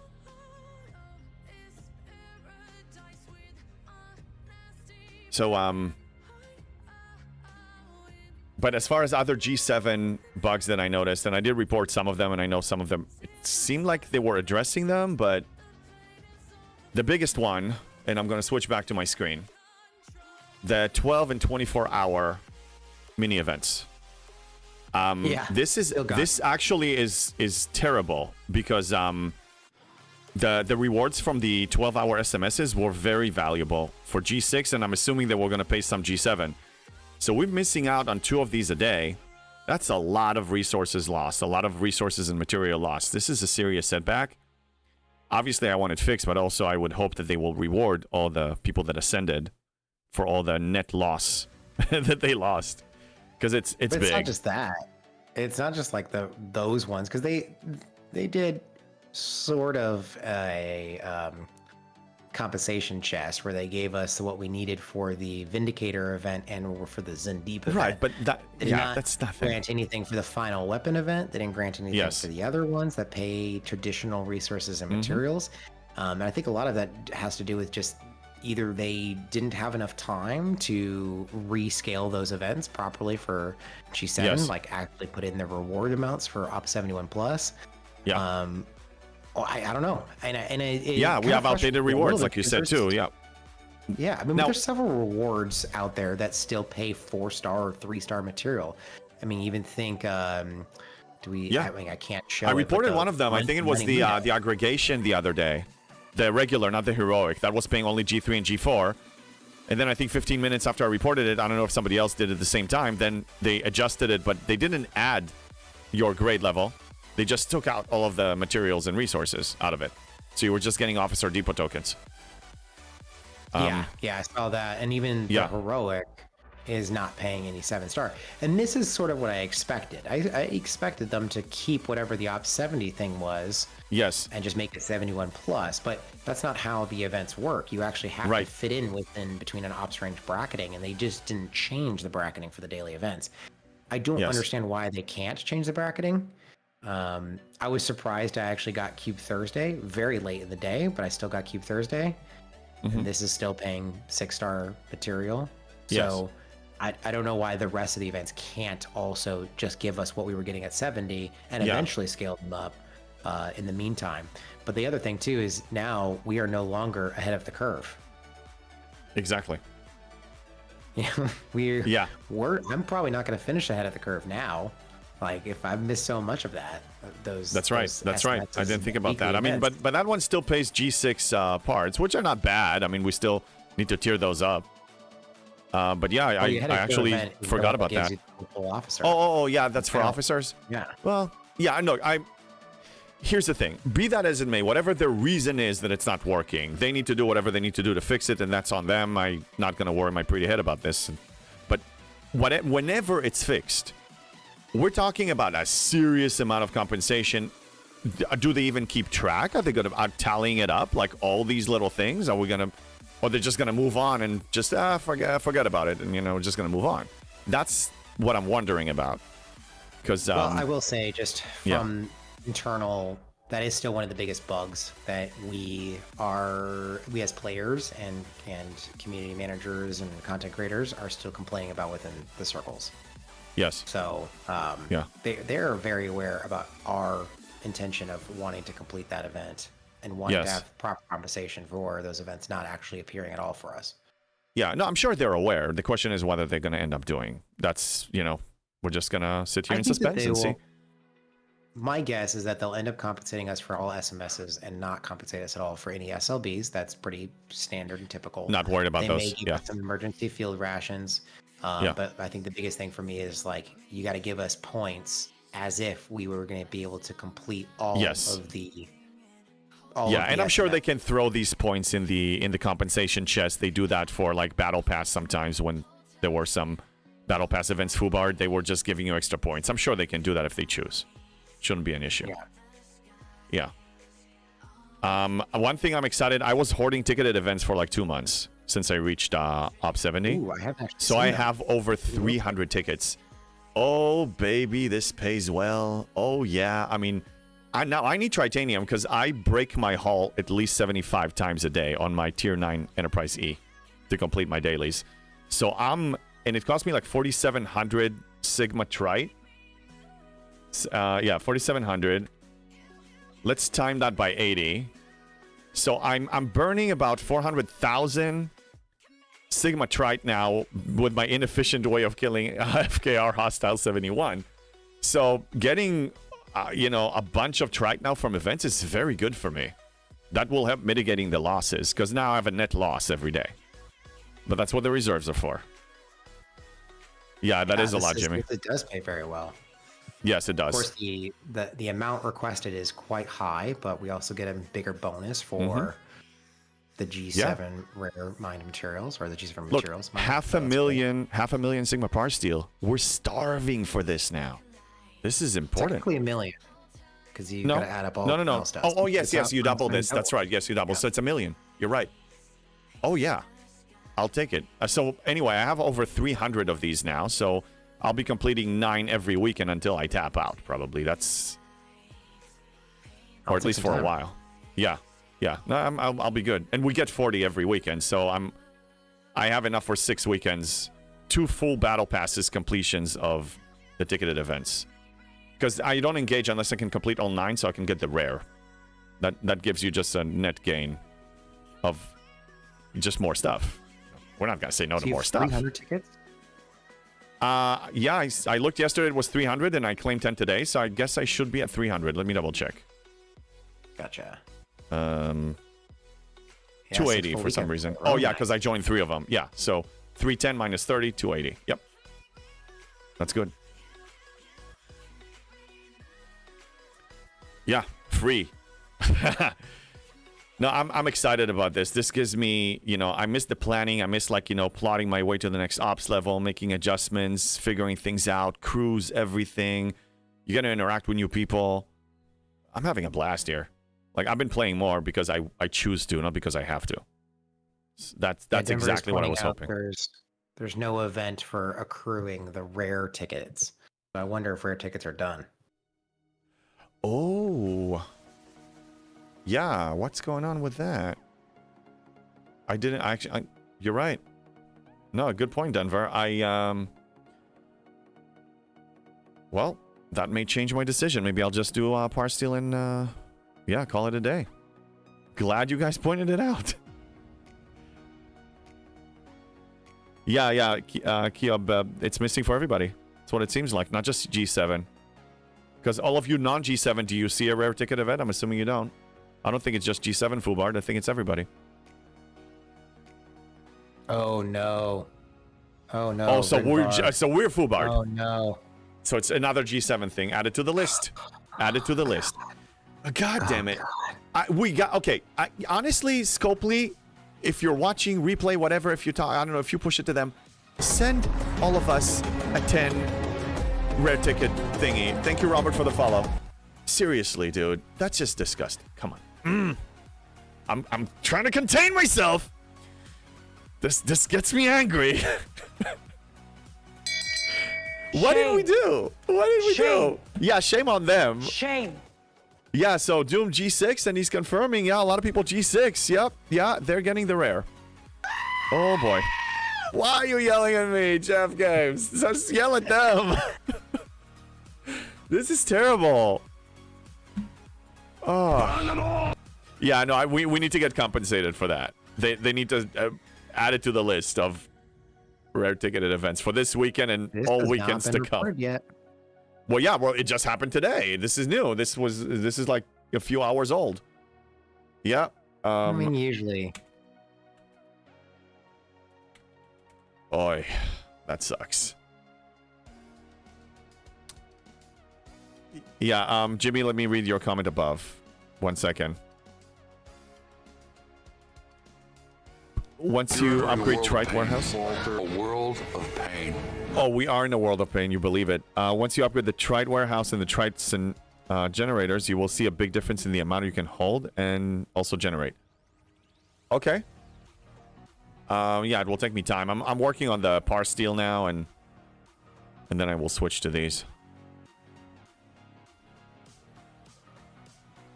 I'm assuming you're doing something related to this rare ticket problem right now, Jules? Or yes, no? I am filing a report. Thank you very much. I'll catch up with the chat in the meantime. Angry Furry inbound. Oh, you better believe it. The furry is just waiting to release itself. The beast within is being triggered. It's gonna happen. Hey, Zero G's, I'll let you guys go through the torture of early G7 shenanigans.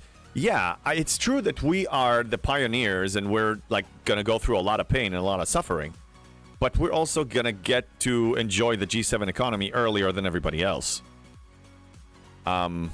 There's still a net gain for me being here, because here's the way I see it. Let's say I was choosing to opt myself out and not join in because it's bugged and because it's difficult. Then for 4 or 5 months that I choose to force scam myself, I'm not collecting G7 income at all. No G7 economy boost and no G7 materials or anything like that. No refines.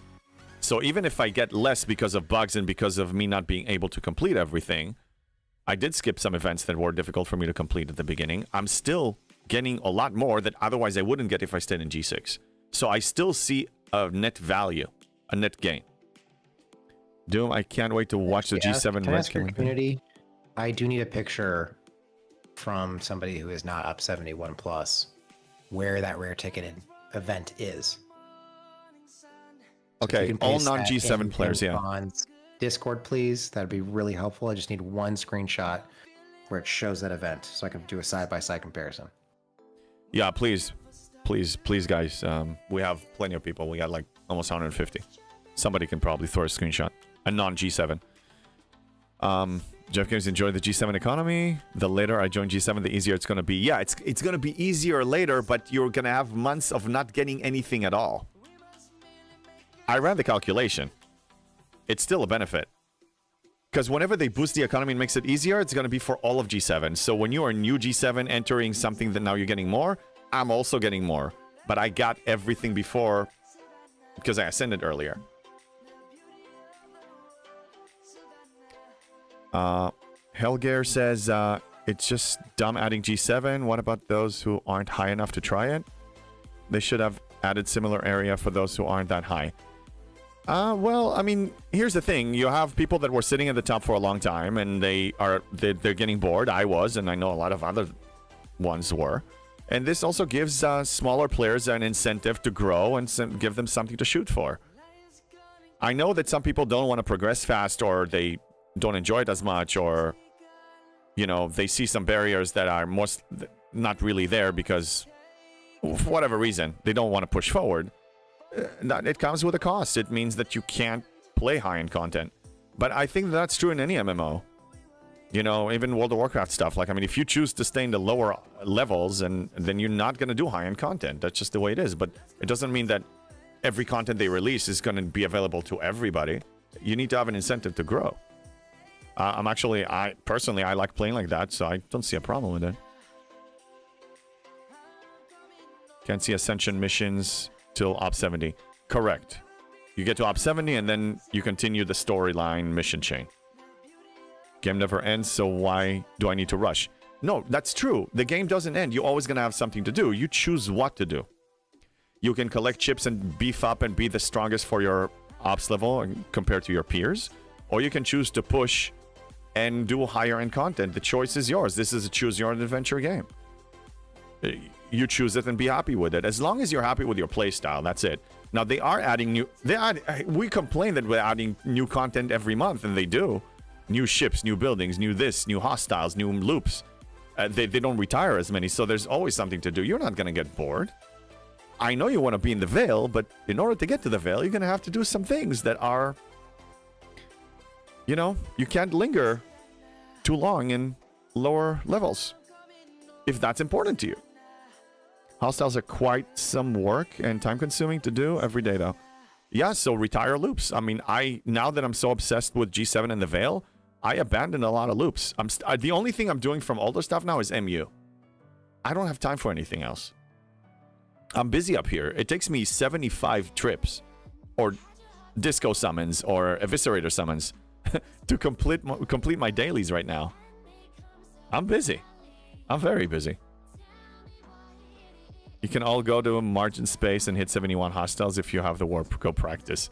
Yeah, but you need the ship too. All right. Jules is busy. Let me see if I can show you guys something. Oh, you're still here? Okay. I'm just trying to get crazy pictures. Yeah. Yeah, it's time sensitive too. We only have this weekend. Gotta love the community mod. Yeah. Oh yeah, I love it. Can't live without it.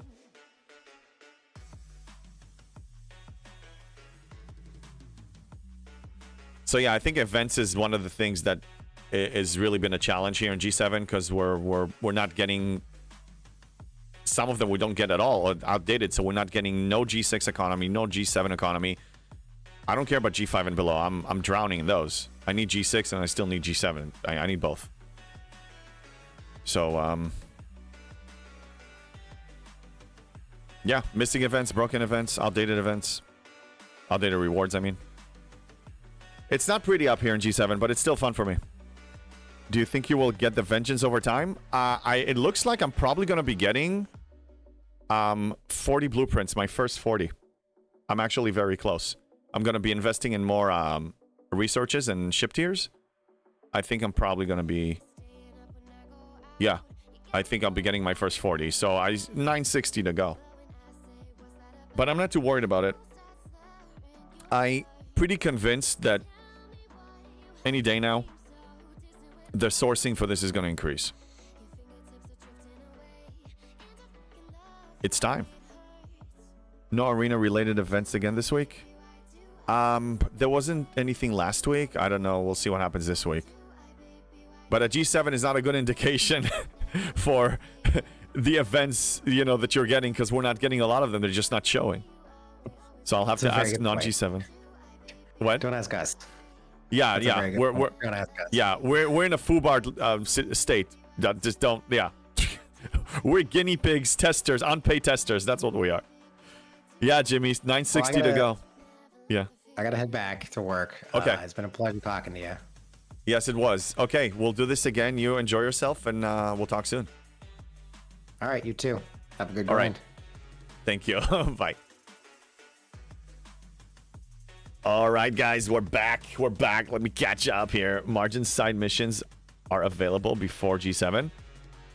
No, I think you need to be level 70. So it's before G7, but you need to be at the state that you can actually go there. Meow, I learned something new from watching JB. Click the speed up button when selecting a new research or building. Then Alliance help can now help. I'm Ops 24 and never knew that. Oh, well, there you go. Yeah. For you, you're Ops 24, so you want to wait for helps. If I have a non-Sigma thing cooking, if I have a research or a building that is just taking regular speed ups and not Sigma speed ups, I don't even wait. I just push it fast. Because sitting and waiting for it, for whatever amount of helps I'm going to get, in Latinum terms, it's less of a gain than if I cook the next Sigma as soon as possible. Because every minute in Sigma is like over 1,000 Latinum. No demolition. I'm not Ops 80 yet. I'm far from it. I'm going to need a 73 uncommon to get anywhere. And I have concerns. Come on! I have concerns, okay? I can't get it anytime soon. The reputation, the Sigma faction credit's going to be the end of me, I swear. The bonus refinery turn-in count towards the Vengeance SMS. Yes, I did see that. But right now I'm spending it on, researches. It's important. Scopely screwed me and every other G7. But honestly, I expected it! Erwin! Thank you at least for being patient while I was talking to my friend Jules over here. Back to our normal jump scary program. Thank you very much. Thank you very much. Higher ops so far is 72. Yes, I saw that. And those are spenders. I thought I saw Griffin is 72 now. There's a section in STFC.pro that you can, all the content creators, if you do CC Colin, then you see all the content creators and their levels. So I look at all the content creators, and Griffin is 72 already. They did not just the free-to-play. Yeah, I know it was you, thank you. The rep is crazy. But just to show you that the mirror universe is not obsolete yet in G7. It's still important. Yeah. Should I even dare looking at my reputation now? Scary stuff. Well, yeah, it's going to take forever. But one benefit, then Jules and I talked about, if I can pull this off, if I really go the triple route, my wealth is just going to keep growing in G7, which is great. No, the rep is not. It's only crazy if you don't have the new auto grinding ship tiered up. Well, yeah. I mean, look, your Shara is still a go. Again, no FOMO. If it's beyond a paywall, for me, it doesn't exist. So the Dauntless doesn't exist for me for at least 80 days. And then I'm just starting the loop. In 80 days, in my mind, it just was released and introduced to the game. It doesn't exist for me yet. I know that obviously, I'm a logical guy. I know that it's out and people are using it and spending on it and tearing it up. But for a player like me with my playstyle, it doesn't exist yet. It just doesn't. I pursue it. I'll get it when I get it. Kirshara is still good. Okay? I would hope for them to fix it. Or maybe they want to... Maybe they're breaking it and leaving it broken on purpose to try to push people to buy the new ship. I don't know if they're that dirty, but it's possible. Denver, you can't go triple because MU income is nothing compared to what you get from the dailies. Double is hard and may be doable. Yeah, no, I agree with you. I haven't locked into this. I'm not saying I'm going to stay triple now all the way, but I'm saying because the Sigma faction credits income is so low, I need 750,000 of them. 750,000 for a G7 miner. Of the new ones. My priority, guess what my priority is? It's a 73 uncommon ship. I have miners that are able to actually produce good income. So, the priority, I'm going to be so overprotective over my Sigma faction credits that the only thing they're going for is the warships because I'm going to need these warships. A G7 warship is going to take care of all my problems. I can play normally again. I won't have to destroy myself 75 times. So, I'm not worried about the faction miners right now. I don't have that luxury. I'm a free-to-play in a brand new economy that joined here day one. I'm not... I realize what my limitations are. Or 250k of each. Yeah, or two, but that's for a single one. Why should I waste it on a single one? I have 7 beautifully working Selkies, and if I need to build a 68, I will build a 68. Wait, just wait. Don't lock into any choice right now. I'm leaving my choices open. We all know what it is to grind for rep. If I need to switch to single faction, then I'll just grind it with, a tier 15 Enterprise E or something by then. I'll be fine. I'll be okay. AJB, are speed ups still a bottleneck in G7? Yes. For now, I'm still okay. I have enough Sigma speed ups to finance my wood to 72. But it's gonna die. It's gonna end. It's gonna end very soon. So we're going to have a problem to get to 73. But the G7 miner looks so cool. I know it looks so cool. So you're welcome to buy it, Jane. You're welcome to buy it. I can't buy it. The store is broken. It doesn't work. You're not free to play. I am not. Look at every title of mine. It's not like I'm hiding that I'm 99.8% free to play, big booty. I know exactly. I'm so open about it, dude. It's a free to play with an asterisk next to it. FOMO does not exist. That's right. I am 99.8% free to play, so I can. It just doesn't flow, and I can't just stop myself and say that all the time. But it's open. It's every one of my titles. I'm very open about it with my interview with Rev Deuce, with my interview with DJs, with other interviews I'm going to have in the future. I always say the same spiel. I never claim to be 100%. Never. And I am in a world of pain. I am so in a world of pain, Worf. I'm seriously in a world of pain. G7 is a world of pain. It is. I asked for this. One Life on YouTube. Can you show the Sigma faction credits? Yes, I can. Let me show you right now. Under Other, all the way on the bottom.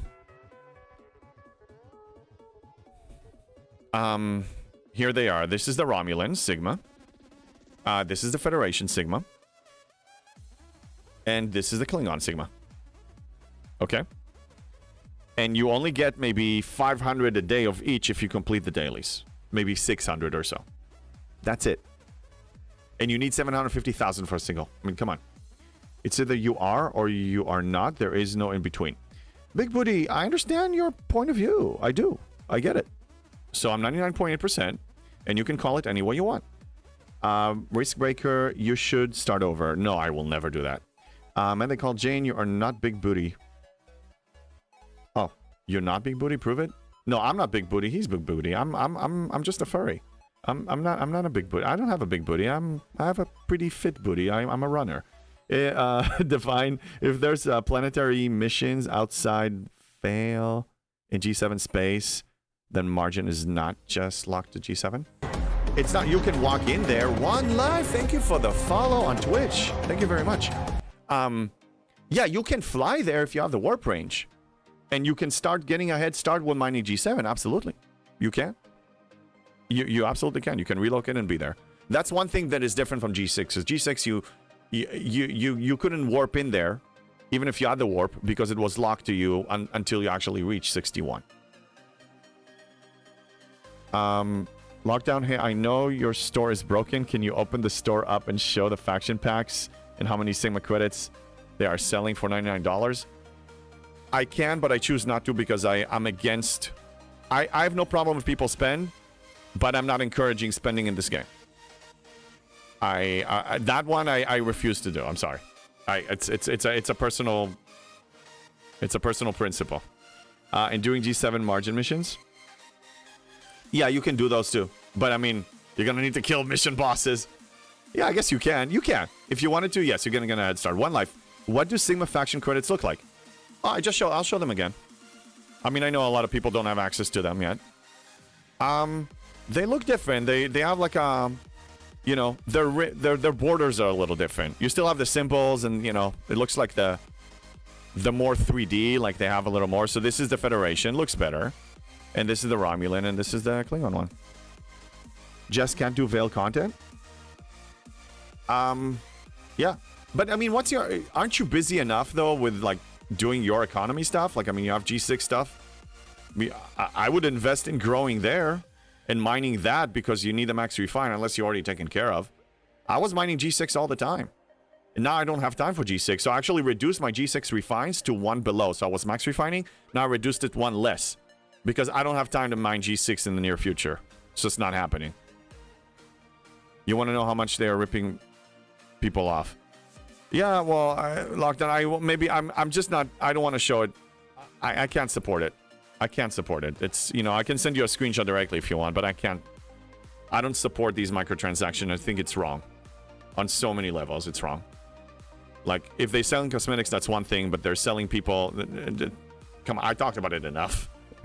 So potentially can do G7 material primes before G7. Yeah, I started doing. I mean,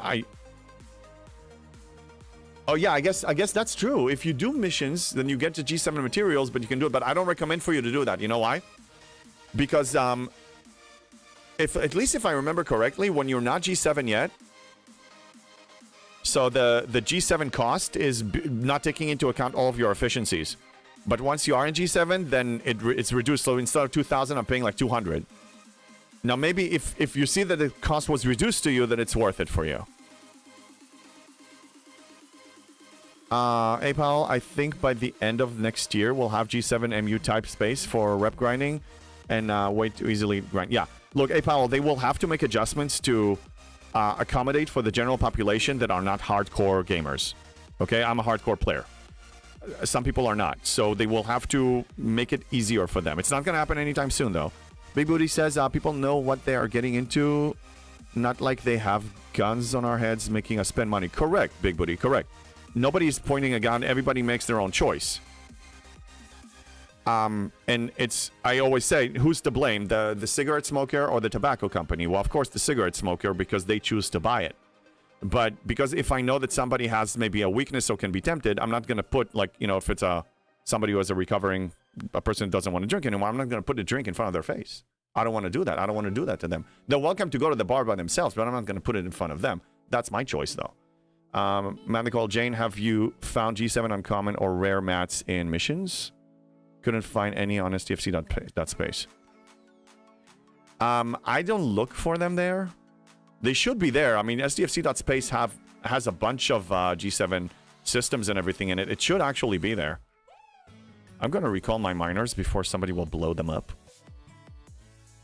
Hey, Dustin. Yo, JB, what's up? I'm great, Dustin. How are you doing this fine Friday? So yeah, so you guys got to learn a little more about G7, those who are not there. With everything broken, and I did want to mention the broken things, because we need to look at everything. And you heard me saying it openly, and I'm not hiding it. I am very happy with G7 despite these broken things, with the only caveat that I expect and demand Scopely to compensate us for all the things that we're missing, all these events rewards that we missed, because that's not our fault. We pushed forward. We moved to G7. Some of us spent for it. Some of us did it for free or 99.8% free. Yes, I'm looking at you, Big Booty. See, I said it for you, just for you. And it's not our fault that, you know, it's broken and it wasn't deployment ready and it's just a lot of issues and bugs and we're actually unpaid testers. So they definitely need to compensate us with at least the amount of things we lost and probably more stuff for the inconvenience and for our trouble. That's what I would do personally. That's just, in my opinion, the right thing to do towards your players. You eat bugs. No ads over here. Yeah, YouTube, I think have some ads, but you know, maybe different schedule. Denver, there are uncommon G7 mats in missions, starting warp 3500 with prerequisites to kill the trillion yellows. Yeah, look, if you can handle them, then absolutely do that. But double check that the G7 research you want to use it for, double check that one actually has a reduced cost, that it was taking into account your efficiencies. Jimmy, I'm not happy about the cost of Sigma needed to upgrade stuff. I'm not either, but that's just the way it is. Yes, they need to give us like 1 billion Sigma for each. Look, I expected this to be difficult, and I also expected it to be broken. So I got double difficulty. I'm in a world of pain. But I'm happy. I'm not happy for the pain. I'm happy that I achieved something that was nearly impossible. No one can handle them. No one can handle... Yeah, so... Well, no, you can. I showed you Cruise. I had a tier 6 Enterprise E, and I tiered it up to tier 7. A video is coming. I'm going to mention everything there. I'm excited about this one. Just need to fit it into my crazy schedule and my running and stuff, but I'm going to do it. This is big. This is also time sensitive for me because I want more people to push up if they choose to. I want to give them the path. Never say no one. I didn't. Yeah. Just don't believe this narrative that things are impossible. because they're not. You can find a way. My approach in general with things in life too, it's like there is a solution and I will find it. And I will not rest until I find it. It's just the way I roll. And in gaming, it's even easier than life because it's more mathematical, it's more measurable. In life, sometimes there's some things you can't measure. And some things are not entirely up to you because you have other people involved. But in gaming, it's absolutely possible. It's mathematical. Yeah, you just find a solution. Okay, so this season is almost over. Yeah, I already completed this battle pass. That's good. Anything possible with time? Yes. Time, patience, dedication, planning. Absolutely. Once upon a time, people said that humans can't fly, and then we invented airplanes because somebody said we can find a way. There you go. Just be creative about it. Denver, the G7 mats available in missions require you to basically give 73 ships. So no point in waiting till then. Yeah. You can do it without a 73 ship initially, though. I completed missions. I killed 3.5 trillion bosses with a tier 7 Enterprise E, unbuffed, with that crew that I showed you. I can't show you now. Well, I'll just remove something here. I'll recall something. I'll show you the mission crew. Again, I did show it live, but I know it was a colossal, the 100% free-to-play that reached Op 60 in 16 months. How you doing? Preparing G6 now, thinking about building at least one G5 rare miner. One G5 rare miner. I would actually advise against it because if you don't know already, G6 is a hard economy reset, and any miner that is not the G6 miner is almost obsolete and useless for mining G6. So I would rather you actually saving your faction credits to build a G6 Selkie at Shipyard 61, sorry. That's a better investment. That's a better use of your faction credits. You will see. You will see. It's absolutely useless. Okay, so the crew that I was talking about. It's going to be Tal and Giorgio. That's why I did the hashtag free Tal thing. This one, hashtag free Tal, because I think that some people don't have him because they weren't playing around when it was offered for free. So I started this my own movement called hashtag free Tal. You're welcome to type it anywhere in any chats of any kind. So hopefully Scopely will eventually release it. At least give a tier 1 to everybody that doesn't have him yet. I don't need to max him. Tier 1 is enough. So anyway, so you need him here and you need Burning because they work together. And then you use either Gowron or somebody else from his group that is appropriate for the ship that you're using. I'm using Explorer, so Gowron is the one for that. And under deck, I use these. You can defeat a 3.5 trillion boss unbuffed with this crew on a tier 7 G6 ship, epic ship, yep. Yeah, hashtag free Tal, exactly. Everybody is entitled to get him because most of us have him. And he was offered for free. So that's it's a precedent already. It's precedent. Like, just give him. Just give him. So I'm screwed since I don't have Tal. For now, you don't. But that's why you guys need to be vocal. Okay? I mean, I don't need them. I'm basically doing this on the other people's behalf, the people that don't have and that should have them. They did that already? Big booty, they did? Well, then I guess because I have them, I didn't see it. But some people weren't around when they did it, so I think they should give them. What about hashtag boost Tal? It's unnecessary. It will be nice, but that's how I got mine. Yeah, I think it was in between arcs battle passes somewhere in early 2024. But what about all the people that took a hiatus during that time, or they just joined the game now? Like Colossal, he's been around for 16 months. He doesn't have them. Why shouldn't he? It's not his fault. You know, offer him somewhere. Like go to the augment store, add a thing, and once you have a tier 1, then he's disabled. Why not? Well, years ago. Okay, well, I mean, I joined the game also late. I joined March 2020. You know, so I joined after he was offered, then they took him away, and then they brought him back. But I didn't have him. And I'm sure there are other very good crews to take down the G7 mission bosses. But this is just one that I found, and I feel for those who don't have him. It's not their fault that they joined the game late. I mean, again, he was offered for free. We have Leslie used to be paid only, and now he's available for everybody, so why not Tal? I don't see a reason. Hey, Paul, I used that crew and an Op 66 with tier 15 cube. Did 4.5 trillion mission hostile right after the 3.4. Yeah, well, you have a tier 15. Oh, yeah, well, actually, then you have it. You did it even better. You did even better. No, it's, again, great to hear that. Viking newer servers have never had a chance to get him. Yep. And I feel for those. I mean, they're players just like I do. He was offered for free to everybody. So I understand they don't want people to get him tiered up all the way up, because then, you know, he's going to be uber strong. But at least let people get to tier 1 and then just leave it be. And I don't have him. I joined summertime last year. Yeah, there are many people. You guys are forgetting. I mean, most of us here, the people that are hardcore, you know, the elite dedicated players, are veteran players. We have a bunch of new players that joined the game the last 2 years. What about them? Think about them. 34 trillion QS trials, accused hostile, reduced damage, taken to 0, and burn it to death. Yeah, you can do that too. Especially when you have FC Janeway. She's the key for mastering the Q trials. Hashtag being able to turn on and turn off open world PvP. Yeah, I think you're in the wrong game for that, Dustin. Voltron Tal helped so much on Mantis Loop. Used to do it with Vitalius when it was broken. Yeah, I remember I did that too. I used him for the Mantis Loop too. I remember. So by saying something is impossible just by looking at numbers is silly.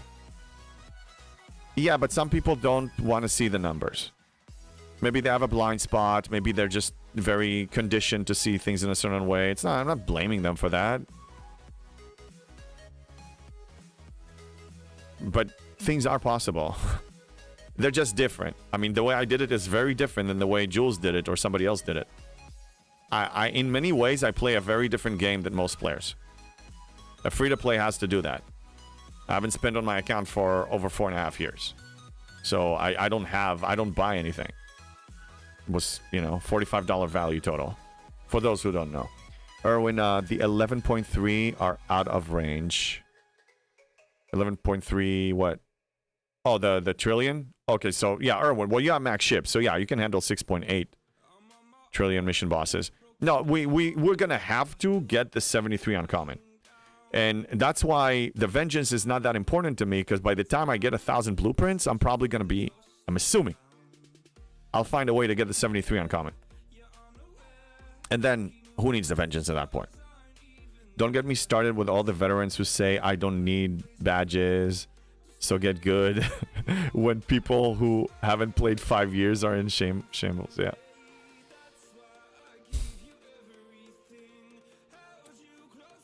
That's I also guilty sometimes of forgetting, like, a new loop came out. Okay, we have the augment store, and I remember initially looking at it and I'm like, I don't care, this is kind of stupid. Why do I need, you know, I have Pike, but hold on a second, some people don't have Pike, some people don't have Enterprise EP card, some people don't have some of, you know, Benjamin Sisko, or they weren't there, they joined late, you know. Or when I looked at, perfect example, I really judged harshly the selection here, because for the most part I don't need most of them. I do need some of them. I mean, Suitor, S31GG, but so many of them I don't. But I'm not the only one. What about all the players that weren't around to get these? These are very good. Dixon Hill, like, I mean, most of us don't even have him maxed yet. Like, you, if you choose to, you can max him. Not that it really matters now with mining speed, because you get so much bonus mining speed, he's kind of diluted. But yeah, people need this. 73 ship at what tier? Tier 9? No. So Divine, from what I heard from conversations, even a tier 1, tier 2, 73 ship is going to be amazing. It's going to basically, you can use it right away. It's going to be very viable against the new hostiles. So that's different then. That's different than the way it used to be. Now I'm still going to tier up my Enterprise E. I'm going to max it eventually.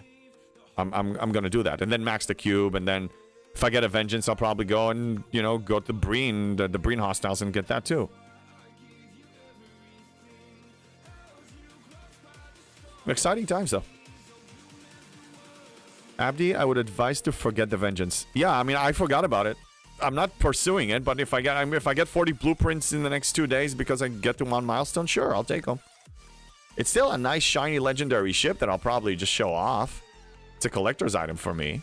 I don't think I'll ever get it to a tier that is worthy. Tier 3 supposedly will smoke a vengeance. Well, yeah, if you go PvP. I'm not focusing on PvP. I don't have the luxury of doing that as a free-to-play.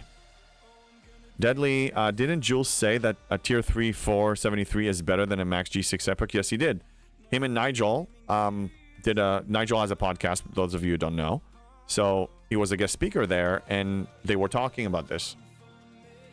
It's a good podcast. You should check it out.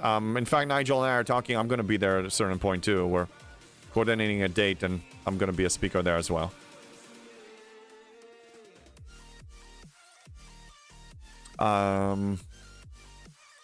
Denver, it is impossible to complete that mission until you have a 73 ship. You can choose to believe whatever imaginary world you want.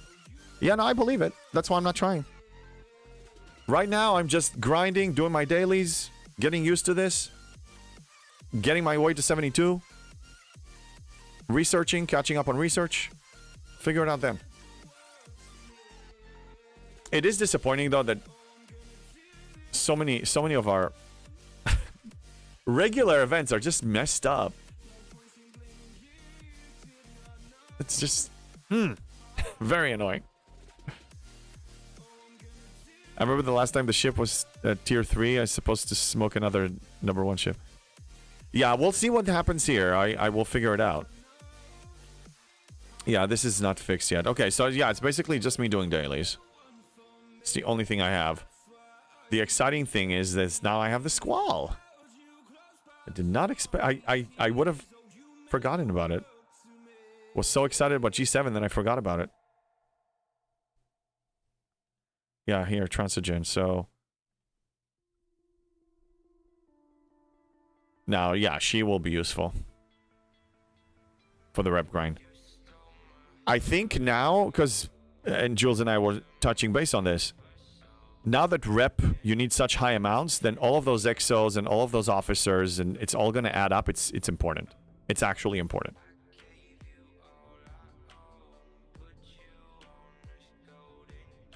Ooh, wait a minute. I have access to new stuff. Oh, wow. What should I get? I'm not going to make a choice yet, but... Yeah, I have new tokens. Whoa, that's pretty cool. Yeah, I'll hoard on them until I decide what to spend them on. Gamer Benji, I'm 20 days away from Squall free to play. Nice, nice. Yeah, I just got a bunch of it from the Trash Point event store. It was available. The selection was available for 30 days. So every every cooldown, I claimed like 5 blueprints. So I accelerated it that way. Because I saw the value for me now to actually go into this sooner. Do your mastery artifacts provide mats and resources in G7? Yeah, they do. I mean, you have that claim. Oh, I need to upgrade one of them. Actually, I'll do... Yeah, I can do it now. Yeah, these, right? Yeah, they do provide the mastery. Here, I'm actually going to claim one now.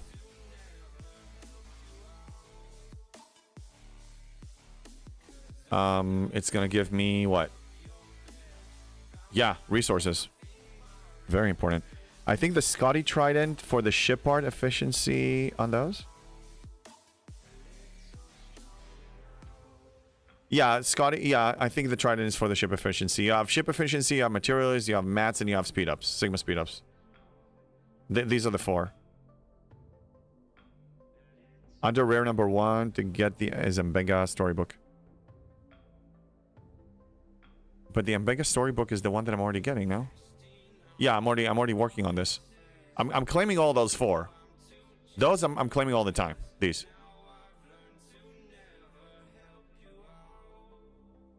Oh, and the blue ticket is in mines.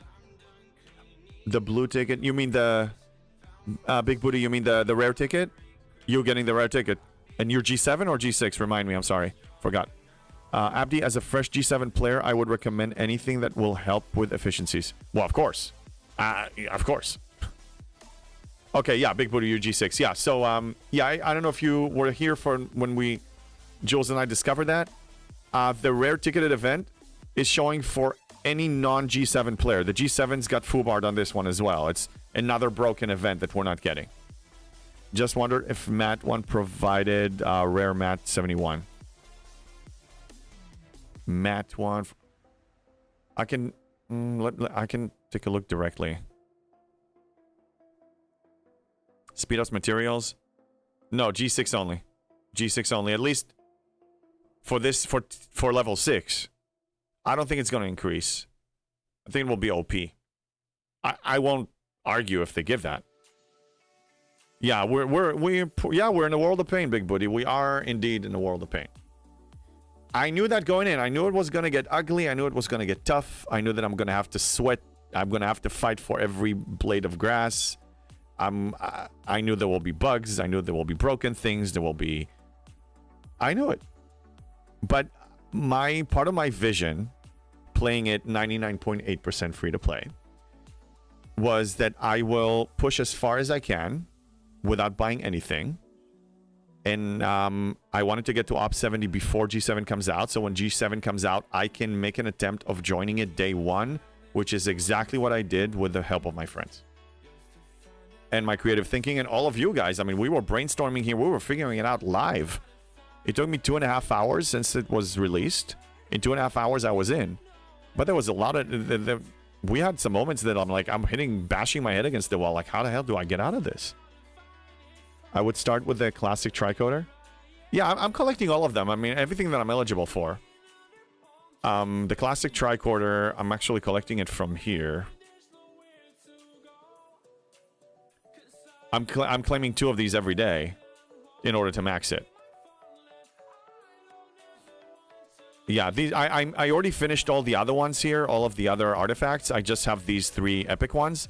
So I'm going to collect here all the time until, you know, actually let me get some of this indie stuff. Not that I really need it, but I have 40,000 of that currency, so I'm okay. Colossal, it was a great experience with the crew experiments. Yeah. Yeah. Oh, by the way, I watched some, you know, I usually try to watch my work because I try to, you know, give myself some personal takeaways from that. So I watched the whole process, and I remember that I'm bashing it against hostiles, and I was wondering live why I was barely dealing any damage and not able to kill them when they were low on health. Well, it's because burning has diminishing returns. So the way burning works, and that's something that I learned recently, I know how it works. It's 1% of the hull of the ship. But I wasn't sure. So if you go for a fully healed target, undamaged target, then that 1% burning damage is going the same amount for the duration of the fight. But if you go for an injured one, then that 1% is going to start lower. So when you go for an almost dead target, your burning is barely dealing any damage. That's why it took me more attempts to kill it. Classic tricorder only available now in Squall Refinery. Okay, so we're talking about a different one then. I'm glad you pointed it out. Let me check.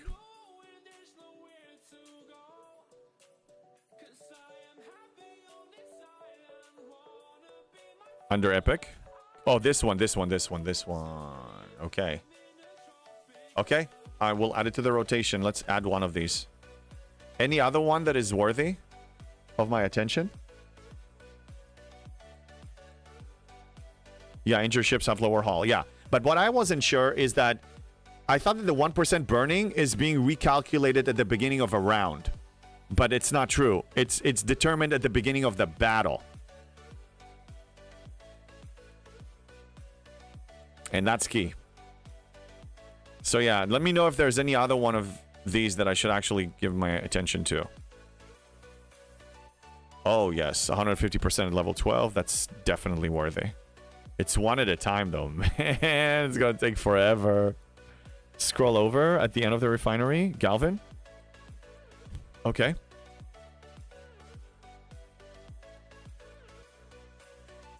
Galvin. Oh, you mean at the end of the refinery altogether here?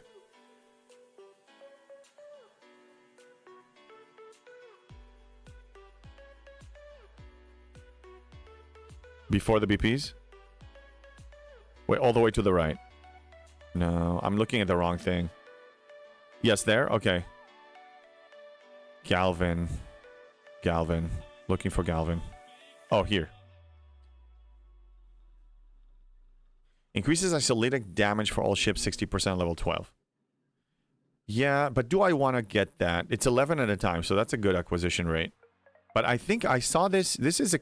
You can acquire it from other places too, no? I'm pretty sure you can acquire this from other locations as well.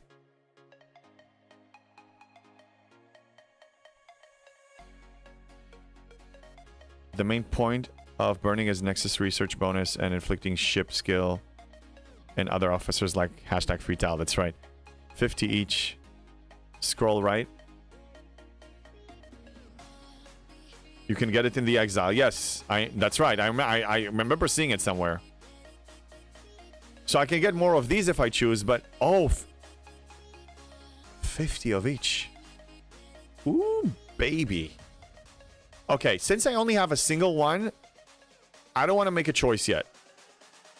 I don't want to make a choice yet. Let's not commit yet. I'm getting one a day, okay? So let's... I'll take it slow on this one. I'm actually probably going to be reading one at a time. You will get one a day for 5 days, then random after that. Okay, yeah, so it's even more of a scarcity for this one.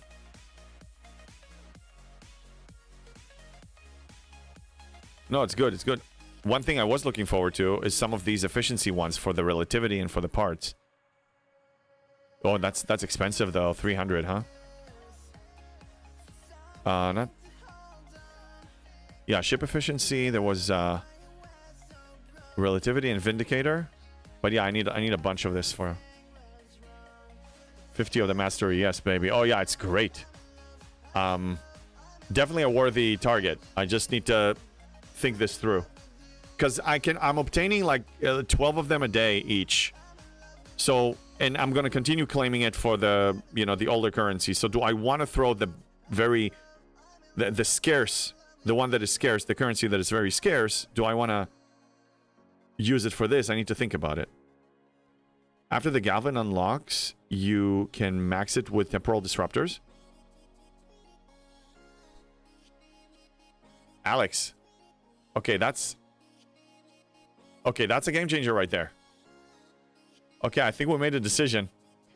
Under combat, there is a 500% building speed up.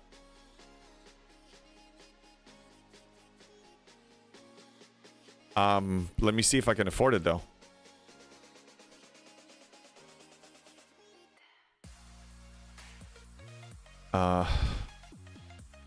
Under combat?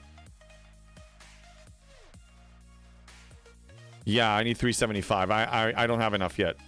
It will take me time to build that stash. And 1632 from rare, definitely. Special exos, same with the classic tricorder. Okay, so I guess classic tricorder. Once I unlock it, then yes, I can max it with that.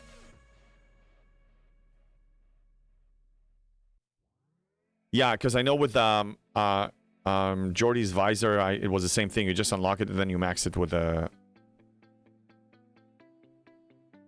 Let me check my level. Okay, so just so I know, the classic tricorder, in 4 days, I will unlock it and then max it. Right? So, yeah, I'm just going to claim it for a few days now and then max it. Then I'm going to do Galvin. And then, what else? Which other ones? Classic tricorder is temporal as well. No sourcing from me by now. So all these that are temporal, I can max them with the temporal disruptors. Everything that is temporal. So if I look at Galvin,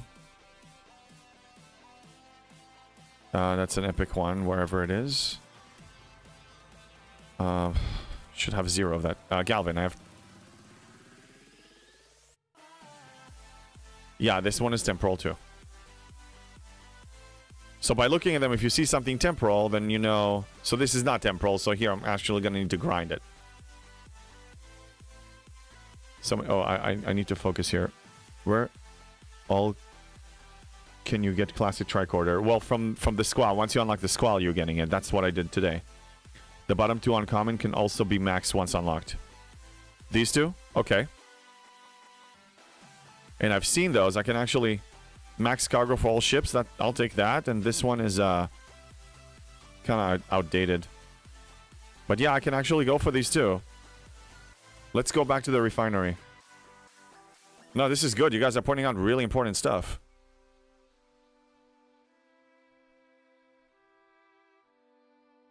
Not here. So these I'm collecting every day, but these cannot be. These are not temporal ones. So yeah, these. So if I add these to the rotation, I add this one and this one, then I claim them one at a time, and then in 21 days I can max them. So I might as well start. I have enough. So yeah. And Galvin can be obtained from here. Let's do the same with Galvin, because I can obtain it from here. So I'm going to add this one to the rotation as well. Oh, come on. I want to add it here. What else that is temporal? I have the rest, I believe. So, okay, let's claim these 3 to start with. And now we're getting closer with doing those. Galvin is quick through the augment store too. Yeah. But I'm not sure I want to spend my precious augment store currencies on this. I know, I've seen them here. But my epic one, there's still some favors that I'm pursuing, and there, you know, I'd rather get the slipstream and other stuff, and there are other things I can spend it on that if I don't have, if I can get him somewhere else with a currency that is not being used for many other things, then I'd rather do that. Yes, I know I can get him from here. I'd rather not. Yeah, Jeff Games, you're gonna spend all the epic goo and not be able to do your strong box pulls? Right, yeah, that's why I'm not doing it from here. I'm not claiming any of these. If that's what you're referring to, Jeff Games. Denver, same with the 3 rares for Morale, Breach, Burn, all maxed after unlock. Yes. Yes, I'm pretty sure I've done those. I unlocked Galvin, works on QSSD, I forgot what that is. No, in your Transigen refinery. Okay, let's go back. Getting used to this. Yeah, brand new loop, so getting used to it. Okay, let's review them one tab at a time now to make sure we're not missing anything. So this one, I know exactly what I'm doing. And the rare, I'm claiming these every day. And now I added to the rotation these 3. Anything else I should add here, or this is good enough? Classic Phaser, Sardis Vulcan Necklace, and Empowered Giorgio Sword are temporal. And add some Apex with enemy status. Okay, Colossal. This one. And this one. And this one. What is the cost? Alright, I can start with these. And then if I need to drop some of them because I'm getting low on stuff, then I will do so. So these. Yeah, all 3 you can max once unlocked. Okay. Adding those as well. I will better start double refining the rare then, because I'm going to run low very quickly. But it's worth it, because once I unlock them, that's it. I can disable this. And you need 75 max to max Mbengas. 75 maxed?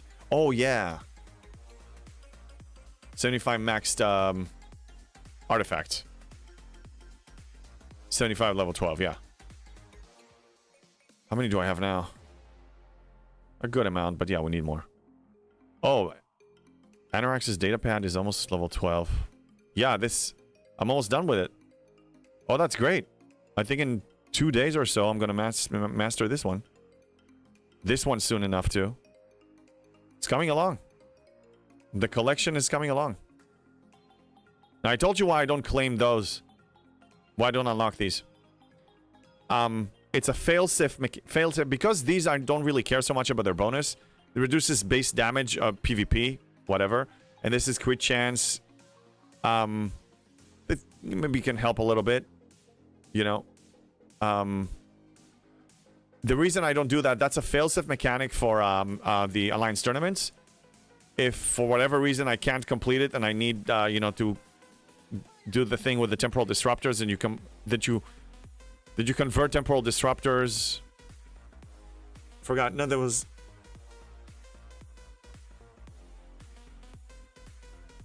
You can convert these shards to temporal disruptors, so then I can just go and spam those. So I claim these whenever we have the 12-hour event, which I didn't have for a while, but that's why I keep them like that. Once you unlock at level 1, you don't need to claim them again. That's right, Divine. Yeah, that's because in temporal. Now I know that temporal as a whole, that's not how they work. The JB is going to have to do a metric ton of transigen mining. Yeah, well, I have the Squall now, so yes, I will. He's saving for AT for yeah, in that case, yes. Not that I really have an AT problem, but I may. 2 of the masteries require 75 at level 12. 2 of the masteries require 75 at level 12. Okay, the other 2 require 20 OGs at level 20. Okay. Yeah, together 15k disruptors. Although, you know, you can get the 15k disruptors every 3 days, so you can do it twice if you time it right.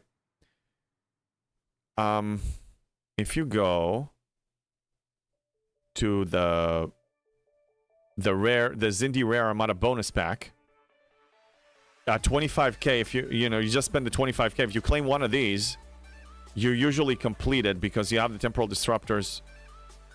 Is it this one? No, it's the other one. Where are the temporal disruptors? I could swear maybe it's in this one? Wait, they're gone? There was a chance for temporal disruptors here. I guess it doesn't show anymore. Or maybe here? Oh, it is here. Sorry, it's not. It's this one. It's the Zindi Rare Armada, not the bonus, the rare. Yeah, so if you do a max claim here, 3 chests, yeah, you're gonna get this. Hey, John Gibbons, what's up? You can go ahead and claim them now. They still have the excess shards for the artifacts that you can then convert to temporal disruptors. Yeah, but I know that I can, but what I do every time we have the 12-hour event for the mini event for artifacts, what I do is I go here to temporal restorations and I go either this one or this one, the 2 that I didn't finish, and I go here and I spend 10k on them and I complete the mini event and gain more shards, gain 50 more shards. So that's how I'm building up the stash for the day that I will be cornered and they do like 2 or 3 Alliance tournaments in a row. Then I can do that. Now I know that now they're gonna try to counter it because it seems like that's what they roll, but that's why I did it. Yeah, no, I know. But once I unlock, once I max them, then I can't keep doing this trick with the temporal restorations. I had a few more that I saved it for it, and I already, you know, I think there was one time that we had 2 Alliance tournaments, so I actually finished one of them so I can do that trick. You already claimed Krenim Time Weapon and Janeway's Pocket Watch daily DTI trade? No, DTI, the Pocket Watch I did, I'm pretty sure. Yeah, I finished these. I finished these 2. Janeway Pocket Watch I didn't. Because it's PvP, and that's a low priority for me. And as we now know that we need Seska, I'd rather save all my currency for Seska. Because Seska is worth it. She's so worth it. She's one of the essential officers, at least with the setups we found until now. You already... yeah, I read that one. Easiest way to get them is from Janeway's Pocket Watch from the DTI anyway. Yes, true. Very true. I'll get them when I finish with everything else that I still... now I realize that Seska is direly needed, so I'm going to go for her. Faction credits, not anymore, unless we start converting them. We'll see. Hashtag free Seska. She's already free. Yeah, no, they removed the...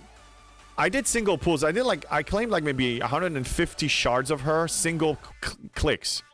At least now you can do it 3 at a time instead of 1 at a time. First, your mini event is gone. Second, you can do mini event with isolated artifact tokens you get from FT Refinery when you... Yeah. They're making it very difficult on us. Extra challenges. Like, I didn't have enough. Like, I didn't have enough challenges here. Prayer with a slider. Yeah, I wish. They should, honestly. They're not really thinking in terms of quality of life, do they?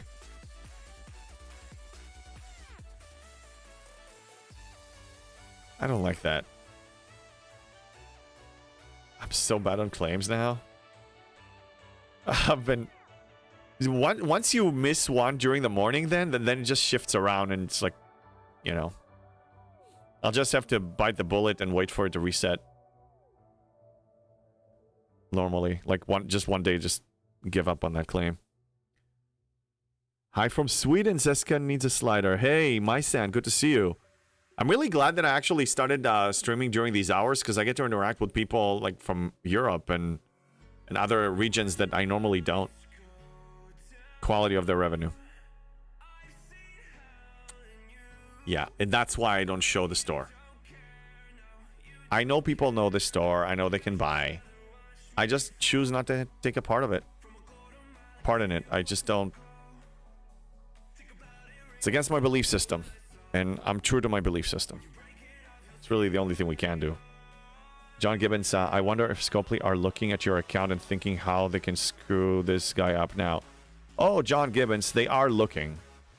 When I was ascending, there was a good amount of them, maybe even double-digit amount of them watching me live the whole time. Probably also for entertainment, but also to learn how a free-to-play can do this, if they can even do this. And one thing I commented on, a lot of my creative thinking, all the solutions that I found and brought up during my live stream, during my short videos on YouTube, most of these strategies were countered in G7. I don't know if it was 100% coincidental. I know for a fact they're watching because some people told me that they're watching. Several people, so I know it's true. Colossal, it's the easiest way for G6 plus players for temporal disruptors. Claim each 20 parts of weapon and pocket watch to change them in 4,800 disruptors daily. And save them for the 10k Alliance tournament tasks. Yes. I'm just very protective over my DTI currency because I didn't really finish everything there yet.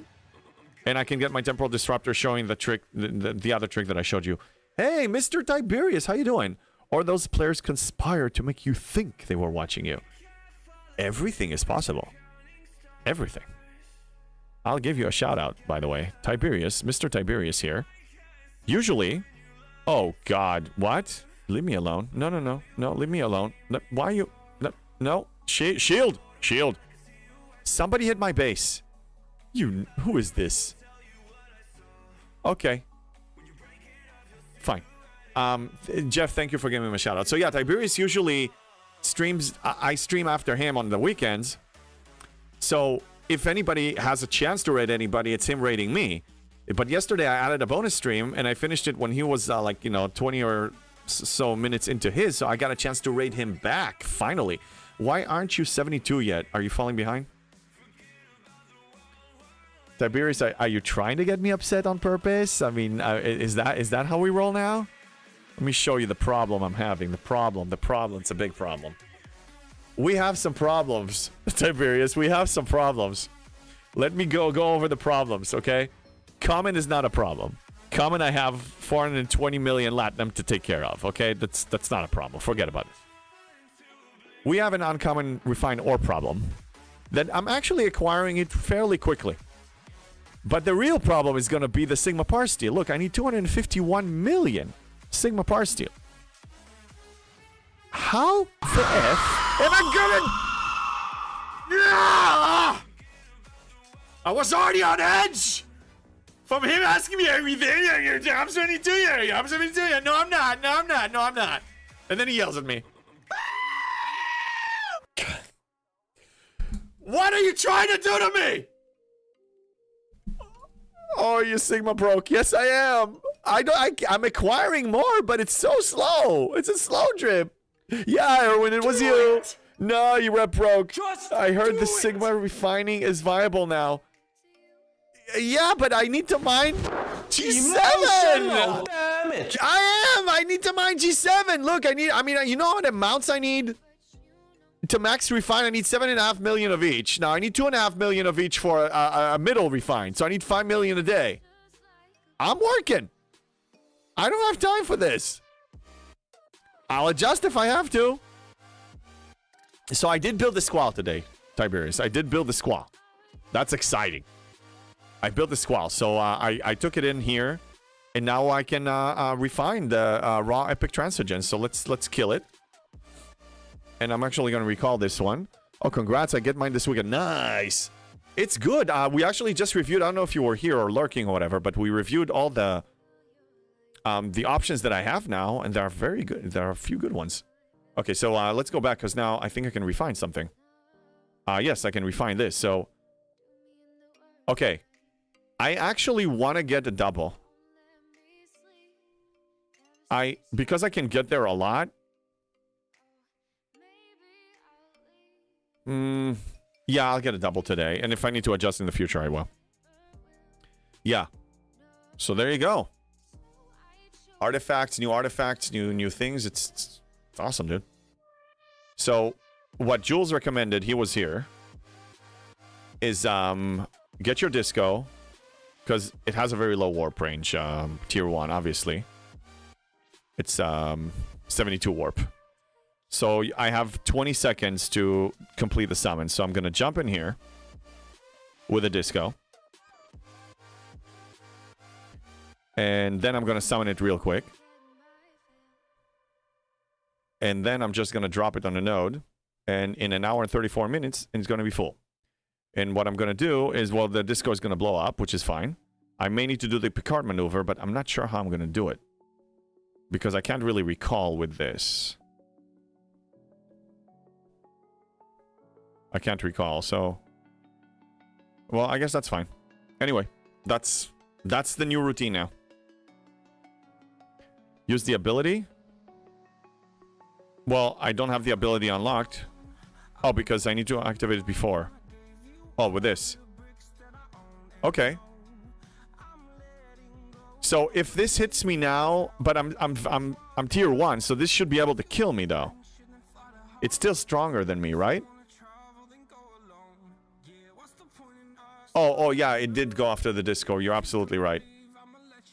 I forgot about that. You will die. Yeah, I will die. So yeah, so no, right now I'm not worried so much about that.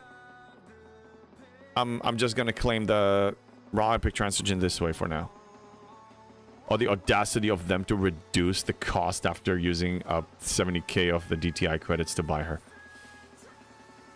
They usually do it that way. They want you to have the FOMO thing and spend either in-game currency or real life currency, and then it's gonna get easier.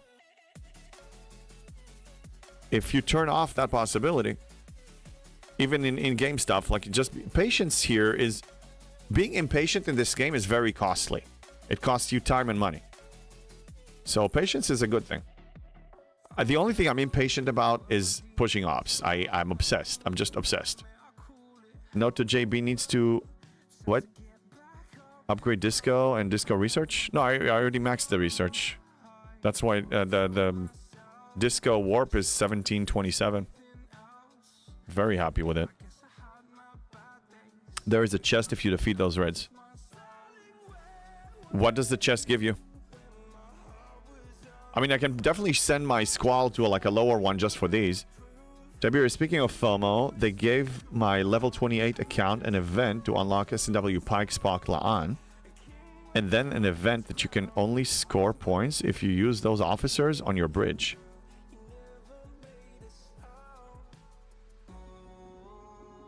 So, where's the FOMO here? So you will pursue this? Abdi? Yeah, the audacity of them. Yeah, I read that one. Yeah, they're mean. Scopely is mean. That gives it epic transigen. Oh, yeah, okay. But I'm mining raw epic transigens. So what do I get from these hostiles? Let's see. Let's take a look at their loot table. But you're saying they're dropping a chest. This currency. So, okay, so there's something else I can refine then. You need transigen. So there's something else to refine. There's this to refine. Okay. I understand now.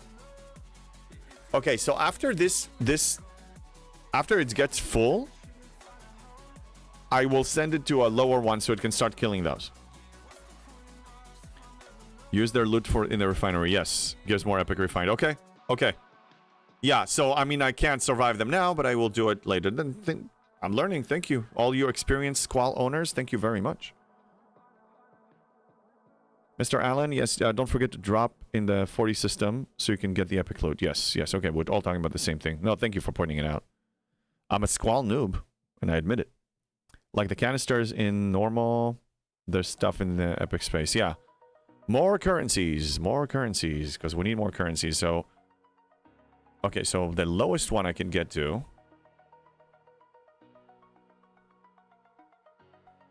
Okay, it's 5,000, 5,000. I'm just looking at the hazard. Okay, so this one, it starts at 31, and then I go up. So I'll go up as far as I can. I'll have to relocate to normal space, but not until I finish doing everything I need to do in the Vale area. So the only thing I have to finish today, and the reason I'm not doing it live is because I'm saving that for my video. Because if I show you how I kill those FKRs, then I want everybody to get it at the same time, including people that can only watch short videos. So I need to finish this, and I need to go and mine in the Vale. Oh, it's so crazy. It's crazy. It's been crazy. Hey, Lotharis, what's up? Hey, JB, what is your hack for DTI currency? I heard you mentioning something about it. Hack for DTI currency. There is no real hack. Do you remember what I was talking about? The only way to get this is defeating Krenim Solomada's entities or the formation or armadas. And then you get the currency, and then you refine it here with the temporal credits, you know, claims here. And then you have the currency to start buying different things here, including favors and officers and whatnot. What's important to me is Seska. I mean, she is critical. She's one of the key officers with the current crews that we have for G7. So she's tier 3, and I want to get her to tier 4 at least. Squall has 5,000% hazard resist. Yes, yes it does. Vul says it has to be mining to bounce those hostiles. I've found that 2 trips daily gets me plenty of the mine stuff and bouncing stuff. Yeah, I will absolutely do that. I just, Jules suggested warping into the one deep in space because that's quicker, and he's right about that. So I'll just finish another, you know, full cargo and then let it die. You know, blow it up and then go and start doing it the old-fashioned way. Like go to the system I can actually reach and let it do what it needs to do. Yeah, it's the Krenim Solar only. Okay, so yeah, it's the Krenim Solar only. But I mean, for these, yes. But if you do the Formata ones, then you can claim these ones that also give you some of this currency.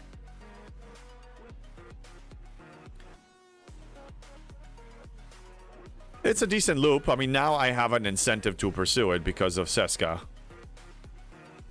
And maybe now reputation as well. Maybe I'll be running more Formatas now for reputation. Too. Keop says you can finish the Vale mining daily without... I'm aware. Actually, can we please erase that from the chat? There's a reason why. You're not banned. I just need to erase that quickly. Can somebody please do that? I don't know if I can do it fast enough. Oh, crap. Can a moderator please erase that one? Because, Scopely is watching. I got it. I got it. Yeah, I did it. Okay.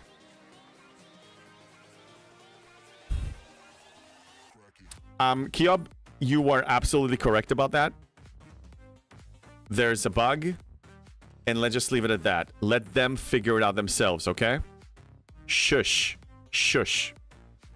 Silence. Silence!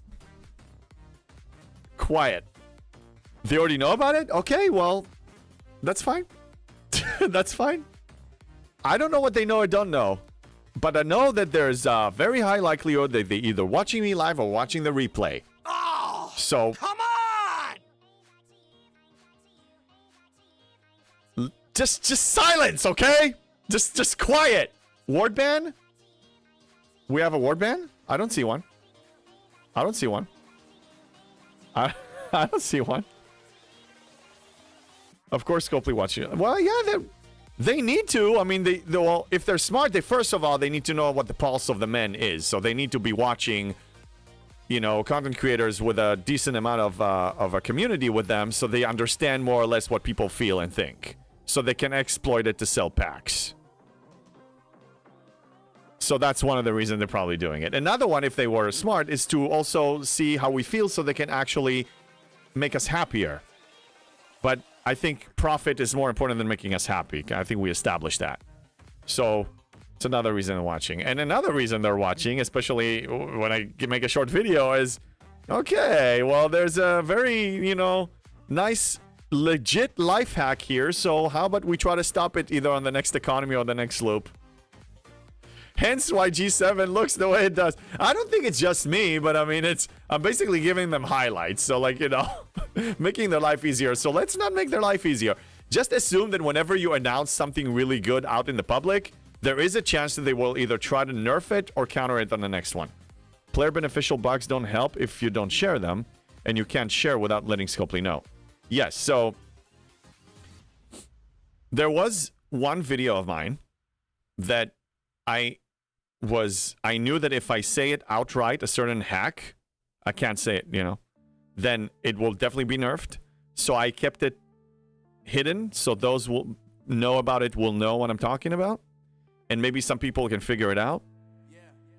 And they haven't nerfed it yet. I'm very proud of that, actually. So you just need to be careful with the way you word it. That's all. That's what I was asking, yeah. You know they're gonna do it. You know that. Players have to complain about player beneficial bugs, then wonder why they get fixed. So that's the thing. Just keep your mouth shut. Tell people you trust that they will also not tell it to other people. Because Scopely has some hidden secret agent Discord accounts that join Discord so they can see what's going on. I know that there's at least one of them on my Discord because magically some things got nerfed after we talked about them. So you just need to be careful about it. That's all. I mean, I know it's a hard balance. So, like, I mean, I do share some things because if I just hold all this knowledge to myself, then, you know, I don't want to do that. So some things that are like bugs that are player beneficial, I'll try to keep hidden to the best of my abilities and try to kind of hint them. But things, existing mechanics, and just showing this is the way that I'm doing it with the existing mechanic that is well known, there's no bug in this, I will announce those in my videos outright.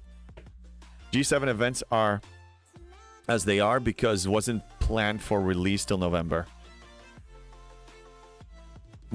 No. Look, this was not deployment ready, and is it that hard? When they tested in a test environment, I don't think they tested thoroughly enough. Because when it's deployed, then we find things that they didn't even know existed. Look, I mean, Jules and I just found another one now live. The G7 now not even getting the rare ticketed meta. Well, now we're screwed. And the only reason we find out is because we were saying, you know, they took it away, and then other people, you know, non-G7 saying we have it. Well, then we just got foobarred again.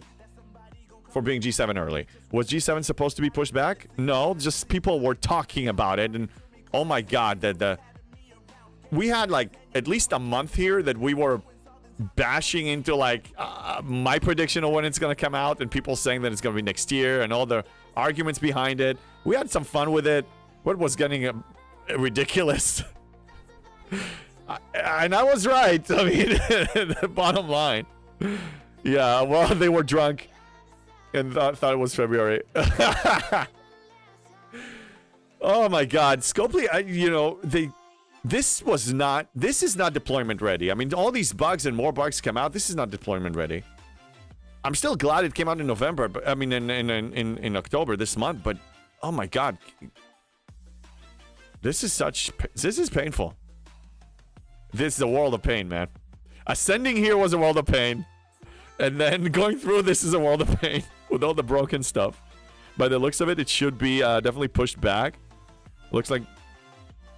Yeah, it's 100% poop show.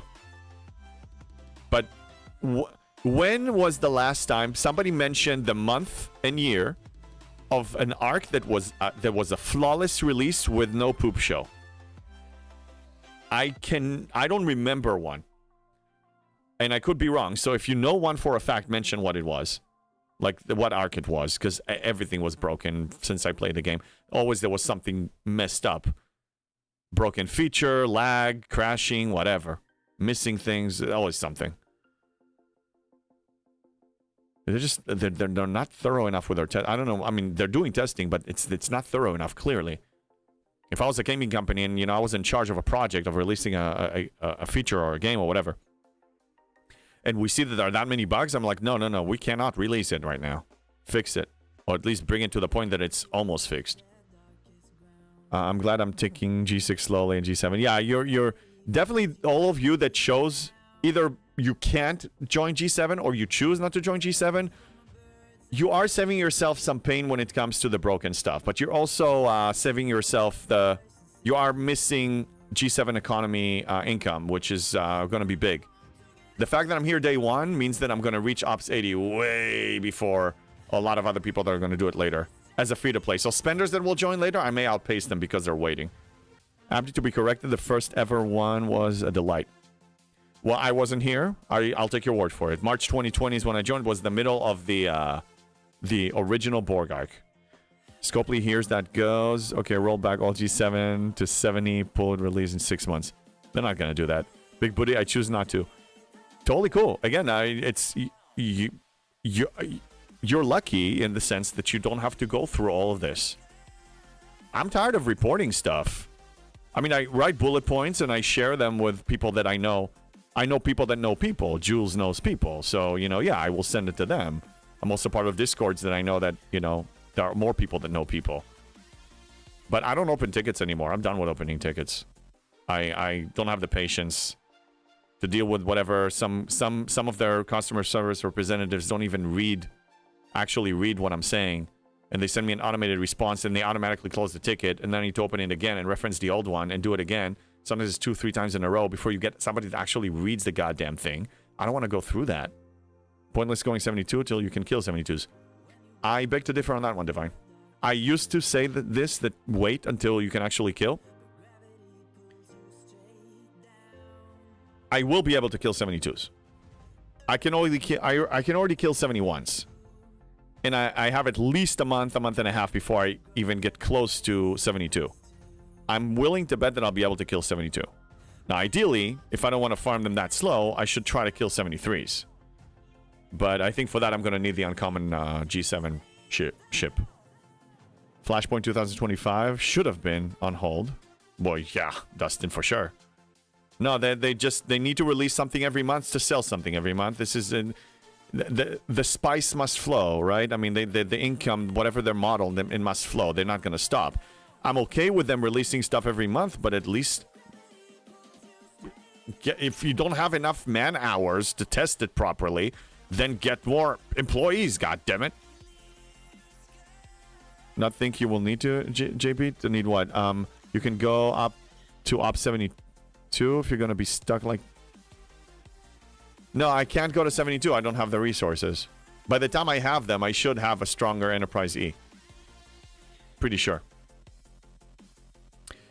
All right, do we have anybody that is streaming anything right now from our community? Let me check. Even if they're playing like Fortnite or something, I don't care. Oh, we have Minnie Mabel, and she just started 14 minutes ago. So that will be a good raid for us. Yeah, so I'm gonna pick up my son from school, and then when he's playing video games with his friends, I will be recording the video, and I will... and then I'm running tomorrow morning, and I'm streaming twice. I really want to release it. This is time sensitive. This can help people ascend. And also do okay at 71. So I'm gonna prepare the raid for Minimable. Thank you all for being here, and it was fun being here, hanging out with Jules. We'll be doing more of these probably. And yeah, Erwin, thank you for all the jump scares. Thank you for all the bits. Thank you for just being here. Even if you're not a subscriber, and if you can't afford and you choose not to spend, this is the free-to-play realm. You being here supports me just as much. Not just as much, but supports me very much, and I appreciate it. Okay, yeah, Erwin, go to sleep. I know that you're in Europe. So let's raid her out. See you guys tomorrow at 11 a.m. Pacific. See you then.